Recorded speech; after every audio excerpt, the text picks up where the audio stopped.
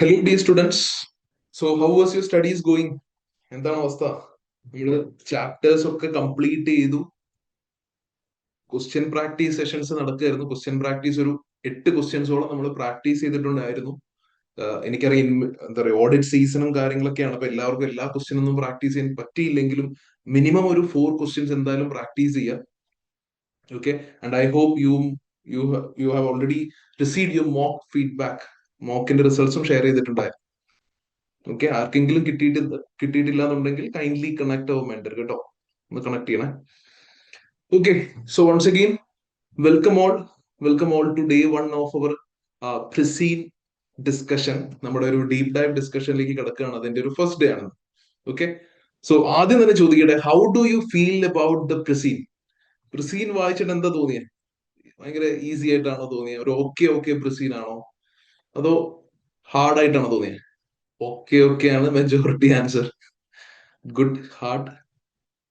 Okay, ശരി. അപ്പോ സത്യാവസ്ഥ പറയുകയാണെങ്കിൽ നമ്മളുടെ ഒരു പ്രിസീൻ വന്നത് നമുക്കറിയാം 2023 സെപ്റ്റംബർ സെഷനിലാണ്. അത് മുതൽ ഇന്ന് വരെയുള്ള പ്രിസീൻസ് നോക്കിക്കഴിഞ്ഞാൽ ഇതൊരു ഹാർഡസ്റ്റ് പ്രിസീൻ എന്ന രീതിയിൽ പറയാം. ഇതൊരു ഭയങ്കര ഈസി പ്രിസീൻ അല്ല, ഒരിക്കലും ഹാർഡ് പ്രിസീൻ തന്നെയാണ്. ഓക്കെ, നിങ്ങൾക്ക് അത് ആവറേജ് ആയിട്ട് തോന്നാനുള്ള കാരണം നമ്മുടെ മുന്നിൽ ഒരു ഡോക്യുമെന്റ് ഉണ്ട്, നമുക്ക് എല്ലാം കാര്യങ്ങളെല്ലാം വായിച്ചു നോക്കി അല്ലെ. അപ്പൊ ഇതിനു മുന്നേ ഉള്ള പ്രൊസീൻസ് ഒക്കെ, അതായത് 2023 സെപ്റ്റംബർ മുതലുള്ള പ്രൊസീൻസ് ഒക്കെ നോക്കിക്കഴിഞ്ഞപ്പോൾ ലാസ്റ്റ് ടൈം വന്നത് ഹോട്ടൽ ഇൻഡസ്ട്രി ആയിരുന്നു, ലെവൽ എന്ന് പറഞ്ഞിട്ട്. ഈവൻ അതിന് മുന്നേ ഉള്ള പ്രൊസീൻസ് ഒക്കെ നോക്കിയാലും എസ്പെഷ്യലി ലാസ്റ്റ് ടൈം ഒക്കെ ഭയങ്കര എളുപ്പമുള്ള പ്രൊസീനായിരുന്നു. പ്രൊസീൻ വളരെ എളുപ്പമായിരുന്നു. ഓക്കെ, സോ പ്രസീൻ ഹാർഡായ എല്ലാ സെഷനിലും, പിന്നെ പ്രസീൻ കുറച്ച് ഹാർഡ് ആയിട്ടുണ്ടായിരുന്ന ഒരു സിനാരിയോ ഡിസംബർ 2023 സെഷൻ ആയിരുന്നു. ക്ലൗഡ് കമ്പ്യൂട്ടിംഗ് ആയിരുന്നു സിനാരിയോ. അപ്പൊ ക്ലൗഡ് കമ്പ്യൂട്ടിംഗ് എന്ന ഒരു NC Tech എന്നൊരു ക്വസ്റ്റ്യൻ. അപ്പോ അന്നത്തെ പ്രിസീൻ ഭയങ്കര ഹാർഡായിട്ട് വന്ന സമയത്ത് ക്വസ്റ്റ്യൻസ് കുറച്ച് ഈസി ആയിരുന്നു. അതായത് ക്വസ്റ്റ്യൻസ് നമുക്ക് കോൺട്രിബ്യൂട്ട് ചെയ്യാൻ പറ്റുന്ന രീതിയിലായിരുന്നു എക്സാമിന് ഒരു ക്വസ്റ്റ്യൻസ് വെച്ചിരുന്നത്. കാരണം സ്റ്റുഡൻസിനെ സംബന്ധിച്ച് ക്ലൗഡ് കമ്പ്യൂട്ടിംഗ് എന്നത് ടോട്ടലി ന്യൂ ആയിട്ടൊരു ഇൻഡസ്ട്രി. അവിടെ എന്തൊക്കെ നടക്കുന്നു, ഒരുപാട് ടെക്നിക്കൽ ടേംസും കാര്യങ്ങളൊക്കെ ഉണ്ട്. ഓക്കെ, എന്ന് പറഞ്ഞ പോലെയാണ് നമുക്ക് ഒരുപക്ഷെ ഒരു ഹോട്ടൽ ഇൻഡസ്ട്രി എന്ന് പറയുന്നതിന്റെ അത്രയും എളുപ്പത്തിൽ റിലേറ്റ് ചെയ്യാൻ ബുദ്ധിമുട്ടുള്ള ഒരു ഇൻഡസ്ട്രിയാണ് നമ്മുടെ മീഡിയ അല്ലെങ്കിൽ മാഗസിൻസ് എന്നൊക്കെ പറയുന്ന നമ്മുടെ മെർസെ എന്ന് പറയുന്ന കമ്പനിയുടെ കറന്റ് പ്രസീൻ എന്നുള്ളത്. ഓക്കെ, പക്ഷെ പേടിക്കേണ്ട കാര്യമൊന്നുമില്ല. നമ്മൾ ആ പ്രസീനെ നമ്മൾ എന്താ പറയാ, അതിന്റെ ഒരു എല്ലാ ആസ്പെക്ടും ഡിസ്കസ് ചെയ്യുന്ന രീതിയിൽ ഒരു ഡീപ് ഡൈവ് ഡോക്യുമെന്റ് ഞാൻ ഗ്രൂപ്പിലേക്ക് ഓൾറെഡി ഷെയർ ചെയ്തിട്ടുണ്ട്. ഓക്കെ, സോ ഇനിയുള്ള കുറച്ച് ദിവസങ്ങൾ, ഒരു 2-3 ഡേയ്സ് നമ്മൾ എന്തായാലും ഈ ഒരു ഡീപ് ഡൈവ് ഡോക്യുമെന്റിനെ ബേസ് ചെയ്തിട്ടായിരിക്കും നമ്മുടെ ഡിസ്കഷൻ കാര്യങ്ങൾ ഉണ്ടാവുക. ഓക്കെ, സോ അതിൽ നിന്ന് നല്ലൊരു അണ്ടർസ്റ്റാൻഡിംഗിലേക്ക് എത്തുക. Okay, so before getting into പ്രസീനെ പറ്റി നമ്മൾ എന്താ പറയാ, ഓരോ പാരഗ്രാഫും കാര്യങ്ങളും വായിച്ച് മനസ്സിലാക്കി അതിൽ നിന്നുള്ള ഇൻഡിക്കേഷൻസ് ഒക്കെ പറയുന്നതിന് മുന്നേ ഒരു സിമ്പിൾ ക്വസ്റ്റ്യൻ പെട്ടെന്ന് എല്ലാവരോടും ചോദിക്കുകയാണ്. പ്രസീനിൽ പറഞ്ഞ മെർസെ എന്ന കമ്പനി, നിങ്ങൾ എന്തായാലും പ്രസീൻ വായിച്ചിട്ടുണ്ടാവുമെന്ന് ഞാൻ വിശ്വസിക്കുന്നു. അറ്റ്ലീസ്റ്റ് ഒരു ഓവർവ്യൂ എങ്കിലും എടുത്തിട്ടുണ്ടാവുമെന്ന് തീർച്ചയായിട്ടും വിശ്വസിക്കുന്നു.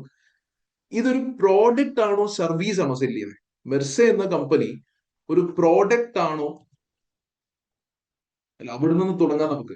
മെർസ എന്ന കമ്പനി മാഗസിൻസ് വിൽക്കുന്നുണ്ട് അല്ലെ, അല്ലെങ്കിൽ അവരുടെ കാര്യങ്ങളൊക്കെ നമ്മൾ വായിച്ചതിന്റെ അടിസ്ഥാനത്തിൽ tell me whether they are selling A product or A service. Comment ചെയ്തോ, തെറ്റിക്കോട്ടറ, ധൈര്യമായിട്ട് കമന്റ് ചെയ്തേ. ബോത്ത് എന്ന് പറയുന്നുണ്ട്, സർവീസ് എന്ന് പറയുന്നുണ്ട്, പ്രോഡക്റ്റ് അല്ലെ. അപ്പൊ തന്നെ നമ്മുടെ ആൻസേഴ്സ് എത്രത്തോളം ഡിഫറെന്റ് ആ നോക്കി. വളരെ ചെറിയൊരു കാര്യം ചോദിച്ചേ. ആ, പ്രോഡക്റ്റ് ആണ്, ബോത്ത് ആണ്. ഓക്കെ, ഇതിന്റെ റൈറ്റ് ആൻസർ പറയാനാണെങ്കിൽ ഇനീഷ്യലി നമ്മൾ മാഗസിൻസ് മാത്രമാണ് സെല് ചെയ്തുകൊണ്ടിരുന്നത്. മാഗസിൻ എന്നത് ഡെഫിനറ്റ്ലി ഒരു പ്രോഡക്റ്റ് കാറ്റഗറിയിൽ വരുന്നതാണ്. സോ ഹിസ്റ്റോറിക്കൽ സിനാരിയോ പറയാനാണെങ്കിൽ മെർസെ വാസ് സെല്ലിംഗ് എ പ്രോഡക്റ്റ്. ഇപ്പോഴത്തെ നമ്മുടെ ക്വസ്റ്റ്യനിൽ തന്നിരിക്കുന്ന സിനാരിയോ വെച്ച് നോക്കുമ്പോൾ മെർസയുടെ കേസിൽ മെർസെ ഒരു ഓൾറെഡി പ്രിന്റ് അല്ലെ, മാഗസിൻസ് പ്രിന്റ് ചെയ്ത് സെല് ചെയ്യുന്നുണ്ട് റീറ്റെയിലേഴ്സിന്റെ അടുത്തും കസ്റ്റമേഴ്സിന്റെ അടുത്തും. അപ്പോൾ അത് പ്രോഡക്റ്റ് ആണ്, പ്രോഡക്റ്റ് അവിടെയുണ്ട്. പ്ലസ് അവിടെ ഒരു ഡിജിറ്റൽ പ്ലാറ്റ്ഫോം കാര്യങ്ങൾ പറയുന്നുണ്ട്. ഈ മാഗസിനിൽ വരുന്ന കോണ്ടന്റിന്റെ ഒക്കെ ഒരു ഡിജിറ്റൽ ആക്സസ്, ഒരു ഇ ബുക്ക് എന്നൊക്കെ പറയുന്ന പോലെ, ഇപ്പൊ നിങ്ങളുടെ ഈ ഒരു പ്രിസീൻ ഡോക്യുമെന്റ് ഒക്കെ ഷെയർ ചെയ്ത് തന്ന പോലെ മാഗസിൻസ് ഇങ്ങനെ കുറച്ച് പേജസ് ഉള്ള ഇങ്ങനെ ഒരു ഇ ബുക്ക് ഒക്കെ ആയിട്ട് തരുന്നുണ്ട്, റൈറ്റ്? അപ്പോ അതിലേക്കുള്ള ഒരു ആക്സസ്, അത് പ്രോഡക്റ്റ് എന്ന് പറയുന്നതിനേക്കാളും കുറെ കൂടെ സർവീസ് ഓറിയന്റഡ് ആണ്, ഡിജിറ്റൽ ആക്സസ്, സബ്സ്ക്രിപ്ഷൻ ബേസ്ഡ് ആണ്. അല്ലെ, നമുക്കൊരു ആക്സസ് കിട്ടുന്നു എന്ന് പറയുമ്പോൾ അവിടെ അത് ടാഞ്ചിബിൾ അല്ല. പ്രൊഡക്റ്റ് എന്ന് ക്ലാസിഫൈ ചെയ്യണമെങ്കിൽ നമ്മൾ ടാഞ്ചിബിൾ ആയിരുന്നു, നമ്മൾ ഇൻവെന്ററി സ്റ്റോർ ചെയ്യുന്നു അല്ലെ, അങ്ങനെയുള്ള കാര്യങ്ങളൊക്കെ വരുന്നതുകൊണ്ടാണ് മാഗസിൻസ് പ്രോഡക്റ്റ് എന്ന രീതിയിൽ പറഞ്ഞത്. പക്ഷെ മെർസയുടെ കേസിൽ മെർസ ഇപ്പം they are moving towards the digital. അപ്പൊ അങ്ങനെ വരുന്നത് കൊണ്ട് കറന്റ്ലി ബോത്ത് എന്നുള്ള ആൻസർ ആണ് കറക്റ്റ് ആൻസർ. ബോത്ത്, അതായത് അവർക്ക് മാഗസിൻസ് ഉണ്ട്, പ്ലസ് ഇങ്ങനെ ഒരു ഡിജിറ്റൽ ആക്സസ് കൊടുക്കുന്നുണ്ട്. അപ്പൊ അതൊരു സർവീസ് ആയിട്ട് കാറ്റഗറൈസ് ചെയ്യാം. പ്ലസ് അവരുടെ അതർ സോഴ്സ് ഓഫ് റവന്യൂ എന്ന് പറയുന്നത് അഡ്വർടൈസ്മെന്റ് ആണ് അല്ലെ. അഡ്വർടൈസ്മെന്റിലൂടെ നമ്മളൊരു റവന്യൂ ജനറേറ്റ് ചെയ്യുന്നുണ്ട്. അപ്പോൾ അഡ്വർടൈസ്മെന്റ് കൊടുക്കുന്നു എന്നുള്ളത് നമ്മുടെ ഒരു സർവീസ് സൈഡ് തന്നെ പറയാം. So currently we have product and service both എന്നുള്ളതാണ് right answer. And we are moving towards exam സിനാരിയോയിൽ നിങ്ങളോട് പറയാണ് പ്രിന്റ് ഇനി പരിപാടിയില്ല. മാഗസിൻസ് പ്രിന്റ് ചെയ്യുന്നത് നമ്മൾ സസ്റ്റൈനബിലിറ്റിയും ESG പൊസിഷനിങ്ങിന്റെ ഒക്കെ അടിസ്ഥാനത്തിൽ വി ആർ സ്റ്റോപ്പിംഗ് പ്രിന്റിംഗ് എന്ന് പറയുന്ന സമയത്ത് we are moving towards digital, right? Okay, അപ്പൊ അങ്ങനെ മാത്രമാണെങ്കിൽ സർവീസ് ഓറിയന്റഡ് ആയിട്ടുള്ള ഒരു മൂവ്മെന്റ് ആണ് നമുക്ക് കാണുന്നത്. Historically we were a product. ഇതാണ് ഇതിലെ ഏറ്റവും ഫസ്റ്റ് തന്നെ എനിക്ക് ഡിസ്കസ് ചെയ്യാൻ തോന്നിയ ഒരു കാര്യം. ഇതാണ് പ്രസീർ വായിച്ചതിന് ശേഷം. Historically we were a product, currently we are running product plus service. Going forward നമ്മൾ എക്സാം സിനാരിയോയിൽ നമുക്ക് തരുന്ന എക്സാം ഡേയിലെ ടാസ്കിൽ നമ്മൾ പ്രിന്റ് ഷട്ട് ഡൗൺ ചെയ്യാണ്, അങ്ങനെ എന്തെങ്കിലും ഒരു സിനാരിയോ തന്നിട്ടുണ്ടെങ്കിൽ മനസ്സിലാക്കുക നമുക്ക് ഇനി എന്ത് മാത്രമേ ഉള്ളൂ, ഒരു സർവീസ് ഇൻഡസ്ട്രി മാത്രമായിട്ട് മാറുകയാണ്. ഓക്കെ, അപ്പോ ആ ഒരു ഇൻസൈറ്റ് ക്ലിയർ ആണോ എന്നൊന്ന് കമന്റ് ചെയ്യാം എല്ലാവർക്കും. മേ ബി നിങ്ങൾ എല്ലാവരും അങ്ങനെ ചിന്തിച്ചിട്ടുണ്ടോ എന്നറിയില്ല. ഒന്ന് കമന്റ് ചെയ്യാം എല്ലാവരും. ക്ലിയർ അല്ലേ? Okay, fine. അങ്ങനെയാണെങ്കിൽ നമ്മുടെ പ്രിസീൻ ഡോക്യുമെന്റിലേക്ക് നമ്മൾ കിടക്കുകയാണ്. നിങ്ങൾ ഞാൻ ഓൾറെഡി ഡോക്യുമെന്റ് ഷെയർ ചെയ്തിട്ടുണ്ട്. ഒന്ന് ജസ്റ്റ് ഒന്ന് അതിലെ ഒരു വെരി ഫസ്റ്റ് ഏരിയ എടുത്ത് വെച്ചോ. Very first area. So basically ഈ ഡീപ് ഡൈവ് ഡോക്യുമെന്റ് എന്ന് പറയുന്നത് ഇനി അടുത്ത ദിവസങ്ങളിൽ നിങ്ങൾ പഠിക്കാൻ വീണ്ടും എക്സാമിനർ ഷെയർ ചെയ്ത പ്രിസീൻ ഡോക്യുമെന്റ് എടുക്കേണ്ട. കാരണം ആ പ്രിസീൻ ഡോക്യുമെന്റ് ഓൾറെഡി ഇതിൽ ഇൻവോൾവ് ആണ് കേട്ടോ, ഇതിൽ എംബഡ് ചെയ്തിട്ടുണ്ട്. ഓക്കെ, സോ 1 and 2 ഇതൊക്കെ നമ്മുടെ പ്രിസീനിലുള്ള കാര്യങ്ങളാണ്. എന്നിട്ട് ഇതിന്റെ ഒരു സ്ട്രാറ്റജിക് ഇംപ്ലിക്കേഷൻ അല്ലെങ്കിൽ തിങ്സ് ടു നോട്ട് ആണ് ഈ പറയുന്ന കാര്യങ്ങൾ അല്ലെ. ഇതാണ് അഡീഷണലി നമ്മൾ ഡിസ്കഷൻ പോയിന്റ്സ് ആയിട്ട് വരുന്നത്. ഓക്കെ, അപ്പൊ അതുകൊണ്ട് നിങ്ങൾ പഠിക്കാൻ എടുക്കുന്ന സമയത്ത് എന്ത് ചെയ്താൽ മതി, ഈ ഒരു സിംഗിൾ ഡോക്യുമെന്റ് 37 പേജസ് ഉള്ള ഡോക്യുമെന്റ്, 35 ഒക്കെ ഉണ്ടാവുള്ളൂ കോണ്ടന്റ് വൈസ് നോക്കുകയാണെങ്കിൽ. ഓക്കെ, അപ്പൊ ഈ ഒരു ഡോക്യുമെന്റ് എടുത്ത് നോക്കാം. Mersa is one of the 5 biggest publishers of magazine in the country of Darland. It was established 60 years ago. Mersey publishes magazines on a wide range of leisure subjects in both print-based and digital format. Currently, നമ്മൾ പ്രിന്റും ഉണ്ട് ഡിജിറ്റലും ഉണ്ട്, അതുകൊണ്ടാണ് പ്രോഡക്റ്റും സർവീസും ഉണ്ടെന്ന് പറഞ്ഞത്. Okay, so important ആയിട്ടുള്ള key ആയിട്ടുള്ള കാര്യങ്ങൾ നോക്കുക. 60 years ago ഡാർലാൻഡ് എന്നുള്ളതാണ് country. We are one of the 5 biggest publishers. ഇനി മാഗസിൻ എന്താണെന്ന് പറയുന്നത്. Magazine is a publication generally produced on a regular schedule containing articles and illustrations. എന്ന് വെച്ചാൽ പിക്ചേഴ്സും കാര്യങ്ങളൊക്കെയാണ് ഉദ്ദേശിക്കുന്നത് ഇല്ലസ്ട്രേഷൻ എന്നുകൊണ്ട്. Often covering a particular subject or aimed at specific readers. അപ്പൊ ലെഷർ സബ്ജക്ട്സ് എന്ന് പറയുമ്പോൾ ഒരു സിംഗിൾ സബ്ജക്ട് അല്ല. It could be sports, celebrity life, അല്ലെങ്കിൽ മൂവീസ് അല്ലെ, ലൈക്ക് ഹോംസ്, ഇന്റീരിയർ ഡിസൈനിങ്. ഇതൊക്കെ നമ്മുടെ എന്താ പറയാ ലെഷർ സബ്ജക്ട്സിൽ വരുന്നതാണ്. ഓക്കെ, ഇനി റെഗുലർ സ്കെഡ്യൂൾ എന്ന് പറയുമ്പോൾ മാഗസിൻസ് മന്ത്ലി ബേസിസിലോ ക്വാർട്ടർലി ബേസിസിലോ അല്ലെങ്കിൽ വീക്ക്ലി ബേസിസിലൊക്കെയാണ് അല്ലെ മാഗസിൻസിന്റെ പബ്ലിക്കേഷൻസ് ഉണ്ടാവുക.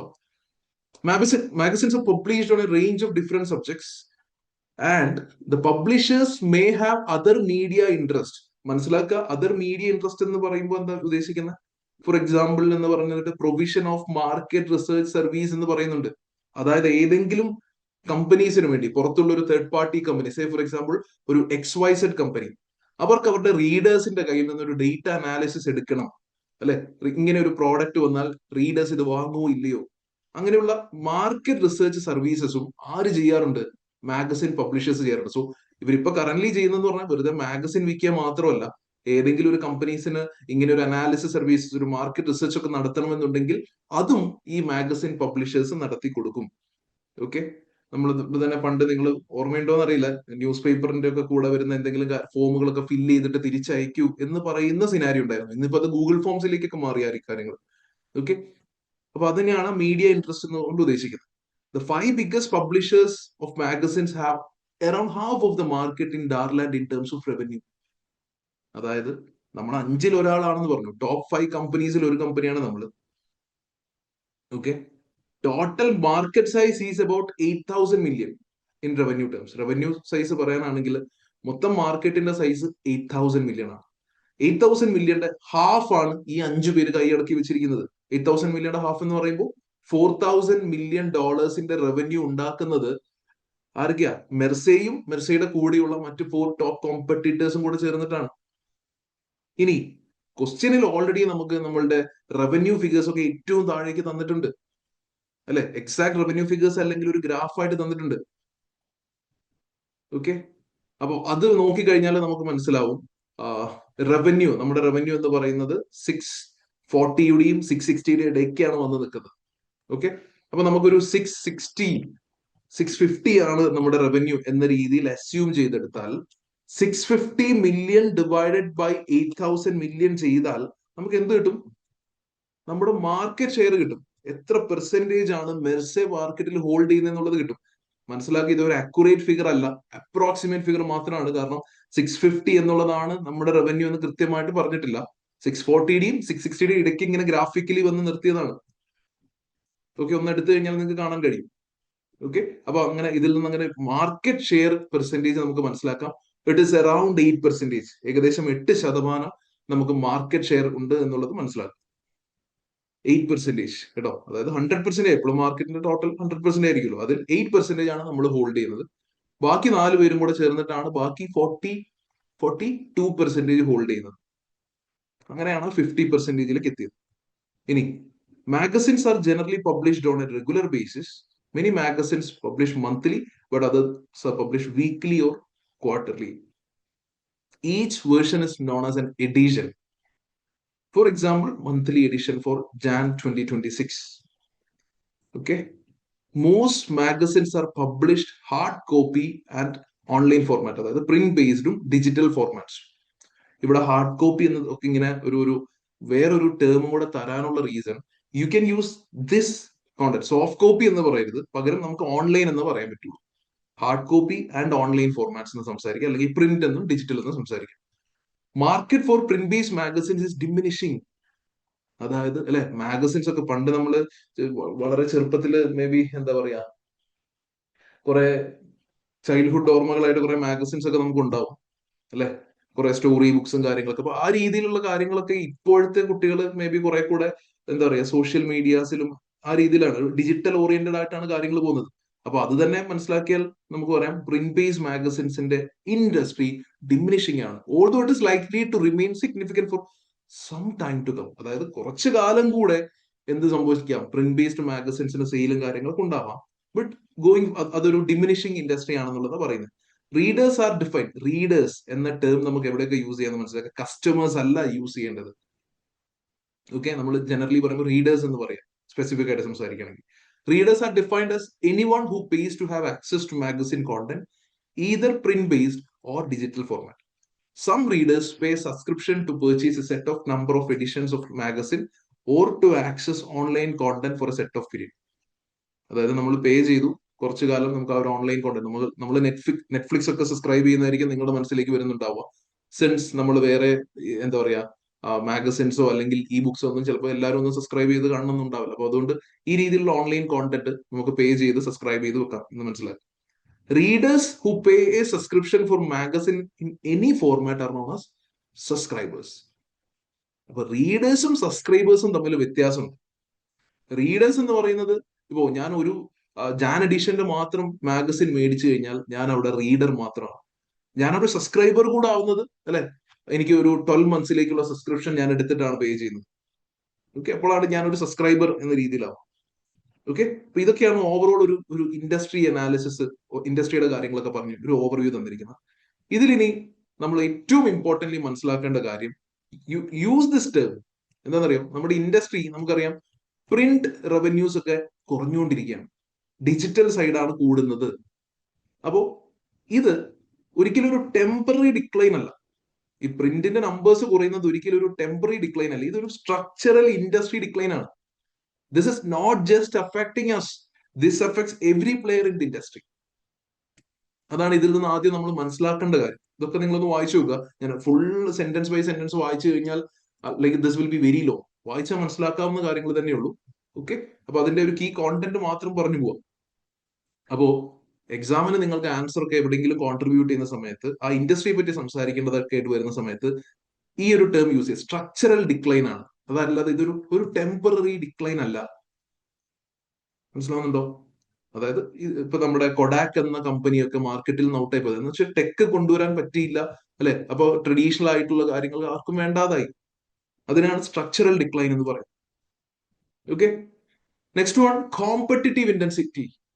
ഓൾറെഡി നമ്മൾ കുറച്ച് മുന്നോട്ട് പ്രസീന്റെ അടുത്തേക്ക് മുന്നോട്ട് വായിക്കുന്ന സമയത്ത് നമുക്ക് കാണാൻ കഴിയും, there is industry is kind of consolidating, there are many take overs and buy outs are happening. വളരെ കോമ്പറ്റീഷൻ ഭയങ്കര ഹെവി ആയിട്ട് നിൽക്കുന്ന പോയിന്റിൽ, ഭയങ്കര ഇന്റൻസ് റൈവലറി ഉള്ള പോയിന്റിൽ, അല്ലെ, അവിടെ നമ്മളൊന്ന് എക്സിസ്റ്റ് ചെയ്യണമെന്നുണ്ടെങ്കിൽ, ഞാൻ എപ്പോഴും പറഞ്ഞിട്ടുണ്ട്, when ever there is A competition ഉണ്ടോ, പ്രൈസ് കട്ട് അല്ല നമ്മൾ സംസാരിക്കുക. We should always talk about differentiation. Differentiation ആണ്. എങ്ങനെയാണ് ഡിഫറൻസിയേഷൻ? മെസ്സയുടെ മാഗസിൻ ആണ്, ബ്രാൻഡും കോണ്ടന്റ് ക്വാളിറ്റിയും സബ്സ്ക്രൈബർ എൻഗേജ്മെന്റ് ഒക്കെ കൂട്ടി, അല്ലെ, സ്ട്രോങ് റൈവലറി ഉള്ള സമയത്ത്, അതായത് സ്ട്രോങ് കോമ്പറ്റീഷൻ ഉള്ള സമയത്ത് ഡിഫറൻസിയേഷൻ എന്നുള്ളതാണ് ഇവിടെ ചെയ്യാനുള്ളത്. എങ്ങനെയാണ് ഈ റൈവലറി ഉണ്ടെന്ന് മനസ്സിലാക്കിയത്? ടോപ്പ് 5 പേരാണ് 50% മാർക്കറ്റ് കൺട്രോൾ ചെയ്യുന്നത്. ബാക്കി 50%ലും ഒരുപാട് numerous number of small players ഉണ്ട്. ഇനി സബ്സ്ക്രിപ്ഷൻ മോഡലിലേക്ക് മാറിക്കൊണ്ടിരിക്കുകയാണെന്ന് പറഞ്ഞല്ലേ നമുക്ക്, അല്ലെങ്കിൽ അങ്ങനെ മനസ്സിലാക്കാവുന്നതേ ഉള്ളൂ. ഇൻഡസ്ട്രി പ്രിന്റ് ബേസ്ഡ് ഡിക്ലൈൻ ആണ്. അപ്പൊ റീഡേഴ്സ് സബ്സ്ക്രിപ്ഷൻ എടുക്കുന്ന ഒരു മോഡലിലേക്ക് നമ്മൾ ബിസിനസ് മോഡൽ എന്ന് മാറിക്കൊണ്ടിരിക്കുകയാണ്. അപ്പൊ അങ്ങനെ സബ്സ്ക്രിപ്ഷൻസ് വരുന്നതിന്റെ ഏറ്റവും വലിയ ബെനിഫിറ്റ് എന്താണെന്ന് വെച്ച് കഴിഞ്ഞാൽ റിക്കറിംഗ് റവന്യൂ ആണ്. ജാനിലുള്ള സബ്സ്ക്രൈബേഴ്സ്, അല്ലെ, ഐ മീൻ നമ്മളിപ്പോ എല്ലാ ജാനിലും നമുക്ക് എത്രയാണോ റവന്യൂ കിട്ടിയത്, ഏകദേശം അതേ റവന്യൂ തന്നെ ഫെബിലും കിട്ടുമെന്ന് നമുക്ക് മനസ്സിലാക്കാം, if the readers are going for subscription. അല്ലെ, പണ്ട് അങ്ങനെയല്ല. ആരൊക്കെയോ നമ്മൾ അഡ്വർടൈസ്മെന്റ് ഒക്കെ ചെയ്യുന്നതൊക്കെ പ്യുവർലി അതിനെയൊക്കെ ബേസ് ചെയ്തുകൊണ്ട് മാത്രമാണ് ഇരുന്നത്. ഇവിടെ സബ്സ്ക്രിപ്ഷൻസ് ഉണ്ടെങ്കിൽ തീർച്ചയായിട്ടും റവന്യൂ കുറെ കൂടെ പ്രെഡിക്റ്റബിൾ ആവും. Okay, fourth one, legal advantage, legacy advantage. Legacy advantage എന്ന് പറഞ്ഞാൽ നമുക്ക് 60 ഇയേഴ്സ് ഉണ്ടെന്ന് പറയുമ്പോൾ തീർച്ചയായിട്ടും റെപ്യൂട്ടേഷൻ ട്രസ്റ്റ്, അല്ലെ, 60 വർഷമായിട്ട് ഒരു കമ്പനി ഇൻഡസ്ട്രിയിൽ ഉണ്ടെന്നൊക്കെ പറയുമ്പോൾ അതിന്റെ കുറെ ബെനിഫിറ്റ്സും കാര്യങ്ങളും, റെപ്യൂട്ടേഷൻ, ട്രസ്റ്റ് ഒക്കെ ഉണ്ടെങ്കിലും പെട്ടെന്നൊരു ചേഞ്ച് വരികയാണ്. ഇപ്പൊ ഈ പറഞ്ഞ പോലെ ഒരു ഡിജിറ്റൽ പ്ലാറ്റ്ഫോമിലേക്ക് മാറിക്കൊണ്ടിരിക്കുകയാണ്. അങ്ങനെയുള്ള ചേഞ്ച് ഒക്കെ വരുന്ന സമയത്ത് ഏറ്റവും കൂടുതൽ കൾച്ചറൽ റെസിസ്റ്റൻസ് കാണിക്കുന്നത് ഇത്രയും ഹിസ്റ്ററി ഉള്ള ഓർഗനൈസേഷൻസ്, ബിക്കോസ് അവർ ഓൾറെഡി ഓൾഡർ ഫേംസ് ഒക്കെ ഓൾറെഡി ഒരു കംഫർട്ട് സോണിലേക്ക് എത്തിയിട്ടുണ്ടാവും. ഓക്കെ, അപ്പൊ അതുകൊണ്ട് അവർ സ്ട്രഗിൾ, ഐ മീൻ ആ രീതിയിൽ കൾച്ചറൽ റെസിസ്റ്റൻസ് കാണിക്കാനുള്ള സാധ്യതയുണ്ട്. അതായത് ചേഞ്ച് മാനേജ്മെന്റ് എന്ന ചാപ്റ്ററുമായിട്ട് ലിങ്ക് ചെയ്താണ് സംസാരിക്കുന്നത്. എക്സാം ഡേയിൽ നമുക്ക് 3 ടാസ്ക് കൂടെ അഡീഷണലി തരും. ആ 3 ടാസ്കിന് കറസ്പോണ്ടിങ് ആയിട്ടുള്ള സിനാരിയോ തരുമ്പോൾ ചിലപ്പോൾ ചേഞ്ച് മാനേജ്മെന്റ് എന്നുള്ളത് ചോദിക്കാം. അവിടെ നമുക്ക് എത്രത്തോളം എളുപ്പത്തിൽ ചേഞ്ച് ഇന്റഗ്രേറ്റ് ചെയ്യാൻ പറ്റുന്നു എന്നുള്ളതൊക്കെയാണ്. അത് സിനാരിയോ പോലെ ഇരിക്കും, നമുക്ക് ഒരുപാടൊന്നും പ്രെഡിക്റ്റ് ചെയ്യാൻ കഴിയും. ഓക്കെ, ഇനി coming to the products. Majority of magazines in Darland relate to leisure activities and interest. നേരത്തെ പറഞ്ഞ പോലെ ഏതൊക്കെയാണ്? Home, lifestyle, sport, hobbies, computers, motoring, അല്ലെ, transport, music, film, television programme, celebrity news, ഇങ്ങനെ almost എല്ലാ മേഖലയും cover ചെയ്യുന്ന രീതിയിൽ മാഗസിൻസ് ഉണ്ട്. There are also some business and professional magazines covering news and matters of interest for business sectors and occupations. The content varies according to the subject of the magazine. It might typically include latest news about the subject, articles on topics of interest, regular opinions by authors, and product reviews. ഇതൊക്കെ നമുക്ക് ചിന്തിക്കാവുന്ന connected with subject of magazine. Digital content varies by publisher and magazine. അതായത് പ്രത്യേകം ശ്രദ്ധിക്കുക, currently മാർക്കറ്റിലുള്ള digital കോണ്ടന്റിന്റെ പരിപാടി എങ്ങനെയാ നോക്കിയേ. Sometimes the publisher just reproduces the content and format of print-based version of the magazine online. എന്താണോ നമ്മൾ പ്രിന്റ് ചെയ്ത് വെച്ചിരിക്കുന്നത് അതിനെ നേരെ, അല്ലെ, ഹാർഡ് കോപ്പി ആയിട്ട് എന്താണോ മാഗസിനിലുള്ളത് അതിനെ നേരെ ഓൺലൈൻ വെർഷനിലേക്ക്, അല്ലെ, ഒരു PDF ആയിട്ട് സെറ്റ് ചെയ്ത് വെക്കും. അതാണ് ചിലപ്പോ പബ്ലിഷേഴ്സ് ചെയ്യുക. ചിലപ്പോ however some publishers offer extra content through a number of online channels such as additional website material relating to magazine content. ഇപ്പൊ ഇതിനെപ്പറ്റി ഫർദർ വായിക്കാനായി സീമോർ ക്ലിക്ക് ചെയ്യും, അല്ലെ, നമ്മൾ തന്നെ കാണാറുള്ളതാണ്, സോഷ്യൽ മീഡിയയിലൊക്കെ ഉപയോഗിക്കുന്ന സമയത്ത് കാണാറുള്ളതാണ്. അപ്പൊ ഫർദർ റിട്ടേൺ കണ്ടന്റ് അല്ലെങ്കിൽ ഇതിന്റെ ഫർദർ ഇമേജസ്, ഇത് സംഭവിച്ചു എന്ന് പറയുമ്പോൾ അതിന്റെ വീഡിയോ ക്ലിപ്സ് ഒക്കെ കാണാൻ വേണ്ടി അഡീഷണൽ മെറ്റീരിയൽസ് കൂടെ ഓൺലൈൻ ആയതുകൊണ്ട് ആ രീതിയിൽ ചെയ്യാൻ കഴിയും. Okay, then email, newsletters, podcast, അല്ലെ, audio or video programmes. Podcast എന്താ നിങ്ങൾക്ക് ഓൾറെഡി അറിയാം. Discussing topics of interest to magazine readers which are available for streaming അല്ലെങ്കിൽ download. Okay, say for example ഒരു പെർട്ടിക്കുലർ ഓതർ എന്തെങ്കിലും ഒരു professional ആയിട്ട് ഇരുന്നിട്ട് ഒരു സബ്ജക്റ്റിനെ പറ്റി ഡിസ്കസ് ചെയ്യാണ്. ആ ഡിസ്കസ് ചെയ്ത കോണ്ടന്റ് ആയിരിക്കും നമ്മുടെ മാഗസീനിൽ പ്രിന്റ് ചെയ്തിട്ടുണ്ടാവുക. ഇങ്ങനെ അയാളുടെ അഭിപ്രായം പറഞ്ഞു എന്നുള്ളത്, അയാൾ ആ പറഞ്ഞ വീഡിയോ കാണുന്നുണ്ടെങ്കിൽ അല്ലെ. Then social media uses include highlighting specific content, promoting next edition of magazine.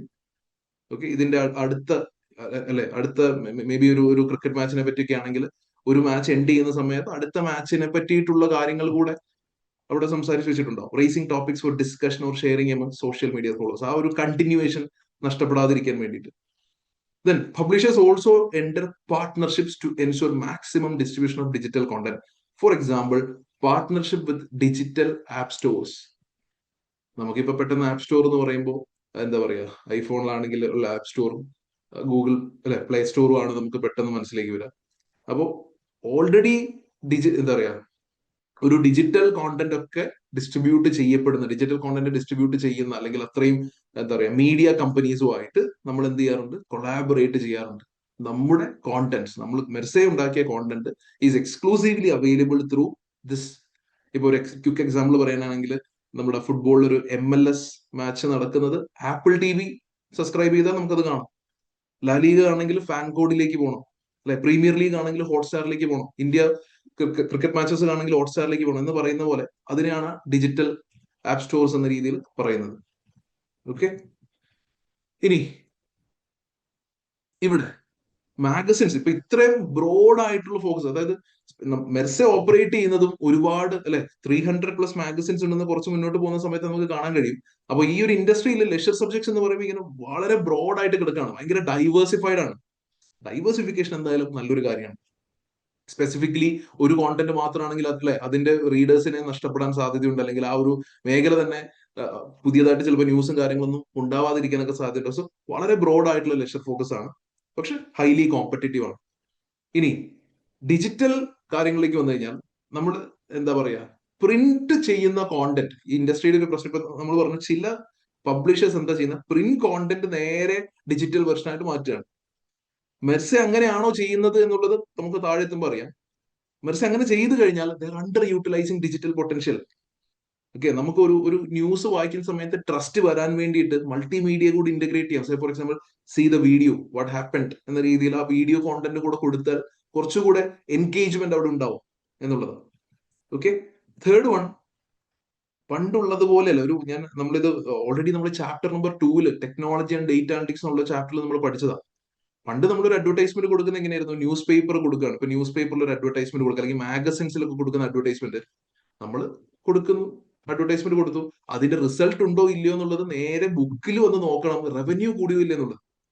അതല്ലാണ്ട് നമ്പർ ഓഫ് എൻക്വയറീസ് മെയ്ഡ് എന്നുള്ളത് ഇതിന്റെ അടിസ്ഥാനത്തിൽ തന്നെ ആവണോ, ഇനി റവന്യൂ കൂടി അത് ഇതിന്റെ അടിസ്ഥാനത്തിൽ തന്നെയാണോ, ഞാൻ കൊടുത്ത അഡ്വർടൈസ്മെന്റ് കാരണമാണോ എന്നുള്ളതിന് ഒരു എവിഡൻസ് ഒന്നും ഉണ്ടായിരുന്നില്ല.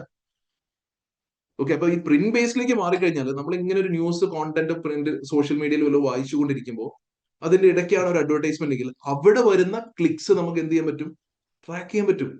അപ്പൊ ഓഡിയൻസിന്റെ ഡാറ്റയെ കുറച്ചുകൂടെ റീഡർ ഡാറ്റ നമുക്ക് കളക്ട് ചെയ്യാൻ കഴിയും ഡിജിറ്റൽ സൈഡിലേക്ക് പോയി കഴിഞ്ഞാൽ.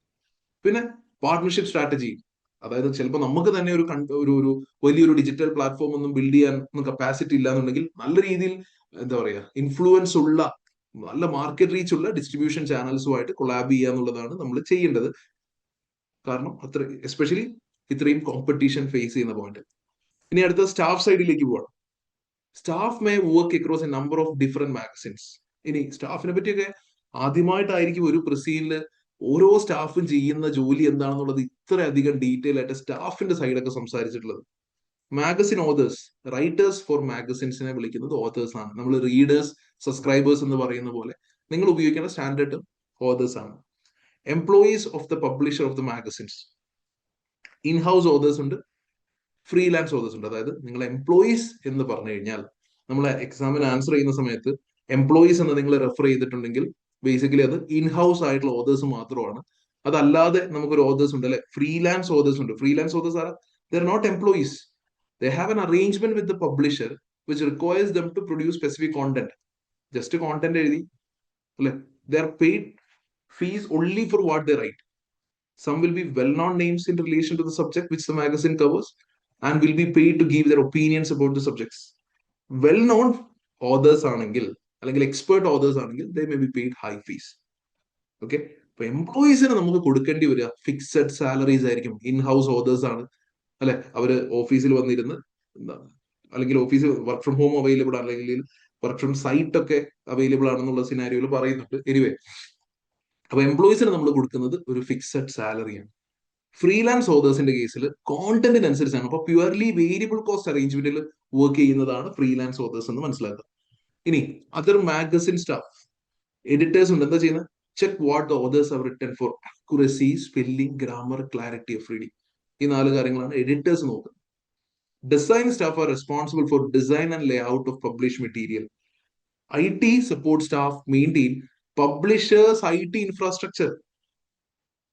ഓക്കെ. അപ്പൊ ഒരുപക്ഷെ പണ്ട് ഇങ്ങനെ ഒരു സ്റ്റാഫ് ഉണ്ടാവില്ല. ഡിജിറ്റൽ കോണ്ടന്റ് വന്നതിന് ശേഷമായിരിക്കും IT സപ്പോർട്ട് സ്റ്റാഫ് വന്നിട്ടുണ്ടാവുക. Advertising staff are responsible for selling space in magazine. മാഗസിനിൽ ഇതാ ഇത്രയും ഒരു കോളത്തിൽ ഓൾ കേരള എഡിഷൻ പോകുന്ന സമയത്ത്, അല്ലെങ്കിൽ ഓൾ ഇന്ത്യ എഡിഷൻ പോകുന്ന സമയത്ത്, ഓൾ കേരള എന്നൊന്ന് എക്സാമിന് എഴുതി വെക്കരുത്. ഓക്കെ. നമ്മളുടെ ജോഗ്രഫി അവർ മനസ്സിലാക്കി കളയും, പ്ലീസ്. അപ്പൊ അത് പ്രത്യേകം ശ്രദ്ധിക്കട്ടോ. അങ്ങനെ എക്സാമ്പിൾസ് പറയുന്ന സമയത്ത് റിയൽ കൺട്രീസ് അല്ലെ, ഡാർലാൻഡിലാണ് നമ്മളിപ്പോ മനസ്സിലാക്കുക. Okay. Advertising staff are responsible selling space in the magazines to businesses. Magazines contains adverts എന്ന് വെച്ചാൽ പരസ്യങ്ങൾ for products and services which advertisers feel will interest the readers. പിന്നെ മാർക്കറ്റിംഗ് സ്റ്റാഫ് ഉണ്ട്. അപ്പൊ പ്രത്യേകം മനസ്സിലാക്കുക, അഡ്വർടൈസിംഗ് സ്റ്റാഫും മാർക്കറ്റിംഗ് സ്റ്റാഫും പലരും പെട്ടെന്ന് അങ്ങോട്ടും ഇങ്ങോട്ടും മാറിപ്പോറുണ്ട്. അഡ്വർടൈസിംഗ് സ്റ്റാഫിന്റെ ജോലിയും മാർക്കറ്റിംഗ് സ്റ്റാഫിന്റെ ജോലിയും രണ്ടാണ്. Marketing staff is actually responsible for marketing Mersa എന്ന് ആലോചിക്കുക. മെർസയുടെ പരസ്യം പല ചാനലിലൂടെ മെർസയുടെ ബ്രാൻഡ് നെയിം ബിൽഡ് ചെയ്യാൻ വേണ്ടിയിട്ടാണ് മാർക്കറ്റിംഗ് സ്റ്റാഫ് ഉള്ളത്. അഡ്വർടൈസിംഗ് സ്റ്റാഫ് ചെയ്യുന്നത് മെർസ മാഗസിൻസിൽ ഉള്ള സ്പേസിലേക്ക് അഡ്വർടൈസ്മെന്റ് കൊടുക്കാൻ ബിസിനസ്സുകളെ കണക്ട് ചെയ്യാണ് ചെയ്യുന്നത്. മെർസയിലൂടെ ബിസിനസ്സുകൾ ബ്രാൻഡ് ബിൽഡ് ചെയ്യട്ടെ. Okay. Then magazine's editor-in-chief is in overall charge of magazine and all employees and freelancers report to him or her. Magazine editor-in-chief ഉണ്ട്. അപ്പൊ ഈ ഒരു എംപ്ലോയി സ്ട്രക്ചറിൽ ഏറ്റവും ഹയസ്റ്റ് പൊസിഷനിൽ ഇരിക്കുന്ന ഒരാൾ ഈ ഒരു ചീഫ് എഡിറ്റർ ആണ്, അല്ലെങ്കിൽ എഡിറ്റർ-ഇൻ-ചീഫ് എന്ന് പറയുന്ന ഒരാളാണ്. Okay. Who is in overall charge of the magazine. ഒരു മാഗസിനിൽ എന്തെങ്കിലും ഫേക്ക് ന്യൂസോ അല്ലെങ്കിൽ എന്ത് ഇഷ്യൂ ഉണ്ടായി കഴിഞ്ഞാലും അതിന്റെ കംപ്ലീറ്റ് റെസ്പോൺസിബിലിറ്റി, നമ്മൾ പ്രൊജക്ട് മാനേജ്മെന്റ് എന്നൊക്കെ പറഞ്ഞ് പഠിച്ച സമയത്ത് പ്രൊജക്ട് മാനേജർ എന്ന് പറയുന്ന ആളാണ് ഈ എഡിറ്റർ-ഇൻ-ചീഫ് എന്ന് പറയാം.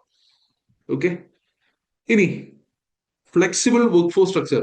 നമുക്കുള്ള ഏറ്റവും വലിയ ബെനിഫിറ്റ് എന്താണെന്ന് വെച്ച് കഴിഞ്ഞാൽ, നമ്മൾ ഒരുപാട്, നമുക്കൊന്ന് വെച്ചാൽ ഈ ഇൻഡസ്ട്രിയുടെ മൊത്തത്തിലുള്ള കാര്യം കേട്ടോ, മെർസയ്ക്കും അപ്ലിക്കബിൾ ആണ്.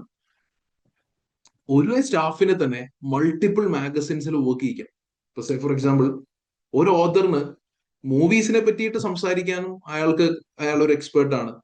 അതേപോലെ സെലിബ്രിറ്റി ന്യൂസ് കാര്യങ്ങൾ കവർ ചെയ്യാനും അയാൾ എക്സ്പേർട്ട് ആണ്. ഇത് രണ്ട് ഏരിയ ആണ്. ഓക്കെ. അപ്പോൾ രണ്ടിലേക്ക് അയാൾ യൂസ് ചെയ്യാം. അപ്പൊ ഫ്ലെക്സിബിൾ വർക്ക് ഫോഴ്സ് സ്ട്രക്ചർ. അതേപോലെ ഡിസൈൻ സ്റ്റാഫ്, നമ്മൾ കുറച്ച് ഡിസൈൻ സ്റ്റാഫിനെ ഹയർ ചെയ്ത് കഴിഞ്ഞാൽ he can work for all the magazines. ഇപ്പൊ മെർസയുടെ കേസിൽ 300+ മാഗസിനിലേക്ക് വർക്ക് ചെയ്യാൻ അയാൾക്ക് പറ്റും. അപ്പൊ ആ രീതിയിൽ മെർസയെ സംബന്ധിച്ച് ഇക്കണോമീസ് ഓഫ് സ്കെയിൽ അച്ചീവ് ചെയ്യാനും റിസോഴ്സ് ഫ്ലെക്സിബിൾ ആയിട്ട് ഉപയോഗിക്കാനും കഴിയും എന്നുള്ളതാണ്.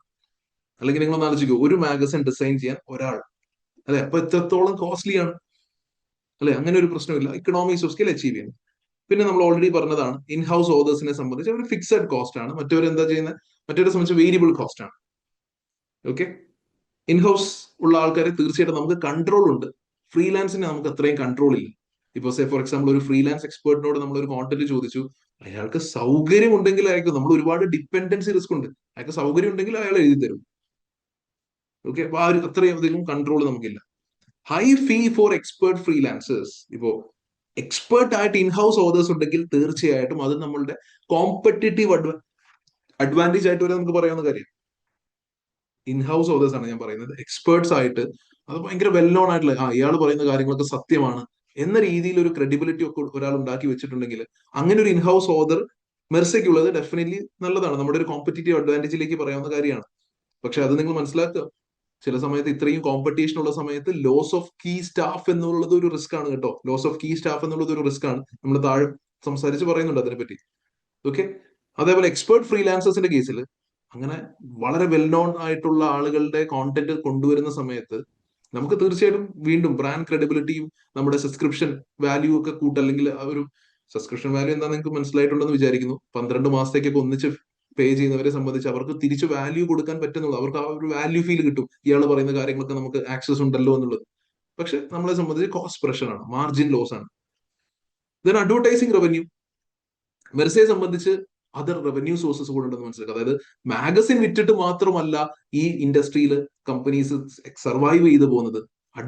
അഡ്വർടൈസ്മെന്റ് എന്നതും ഒരു സോഴ്സ് ഓഫ് റവന്യൂ ആണെന്നുള്ളതാണ് പറയുന്നത്. ഓക്കെ, ഇതുവരെ പറഞ്ഞ കാര്യങ്ങളൊക്കെ ക്ലിയർ ആണെങ്കിൽ ഒന്ന് സി എന്ന് കമന്റ് ചെയ്യാം എല്ലാവരും.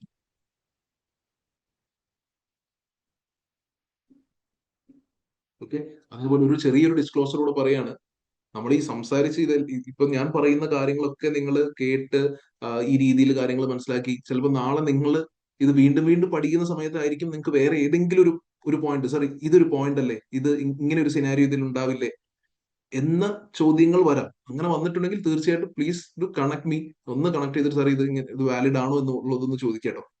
ഓക്കെ, കാരണം അല്ലെ നമ്മൾ ഒരു കമ്പനിയെ പറ്റി സംസാരിക്കുകയാണ്. എക്സാം ഡേയിൽ നമുക്ക് എന്ത് വേണമെങ്കിലും ടാസ്ക് വരാം. നമ്മളത് ഓൾറെഡി നമ്മൾ മുന്നേ ചെയ്ത ക്വസ്റ്റ്യൻ പ്രാക്ടീസ് സെഷനിലൊക്കെ നമ്മൾ കണ്ടതാണ്.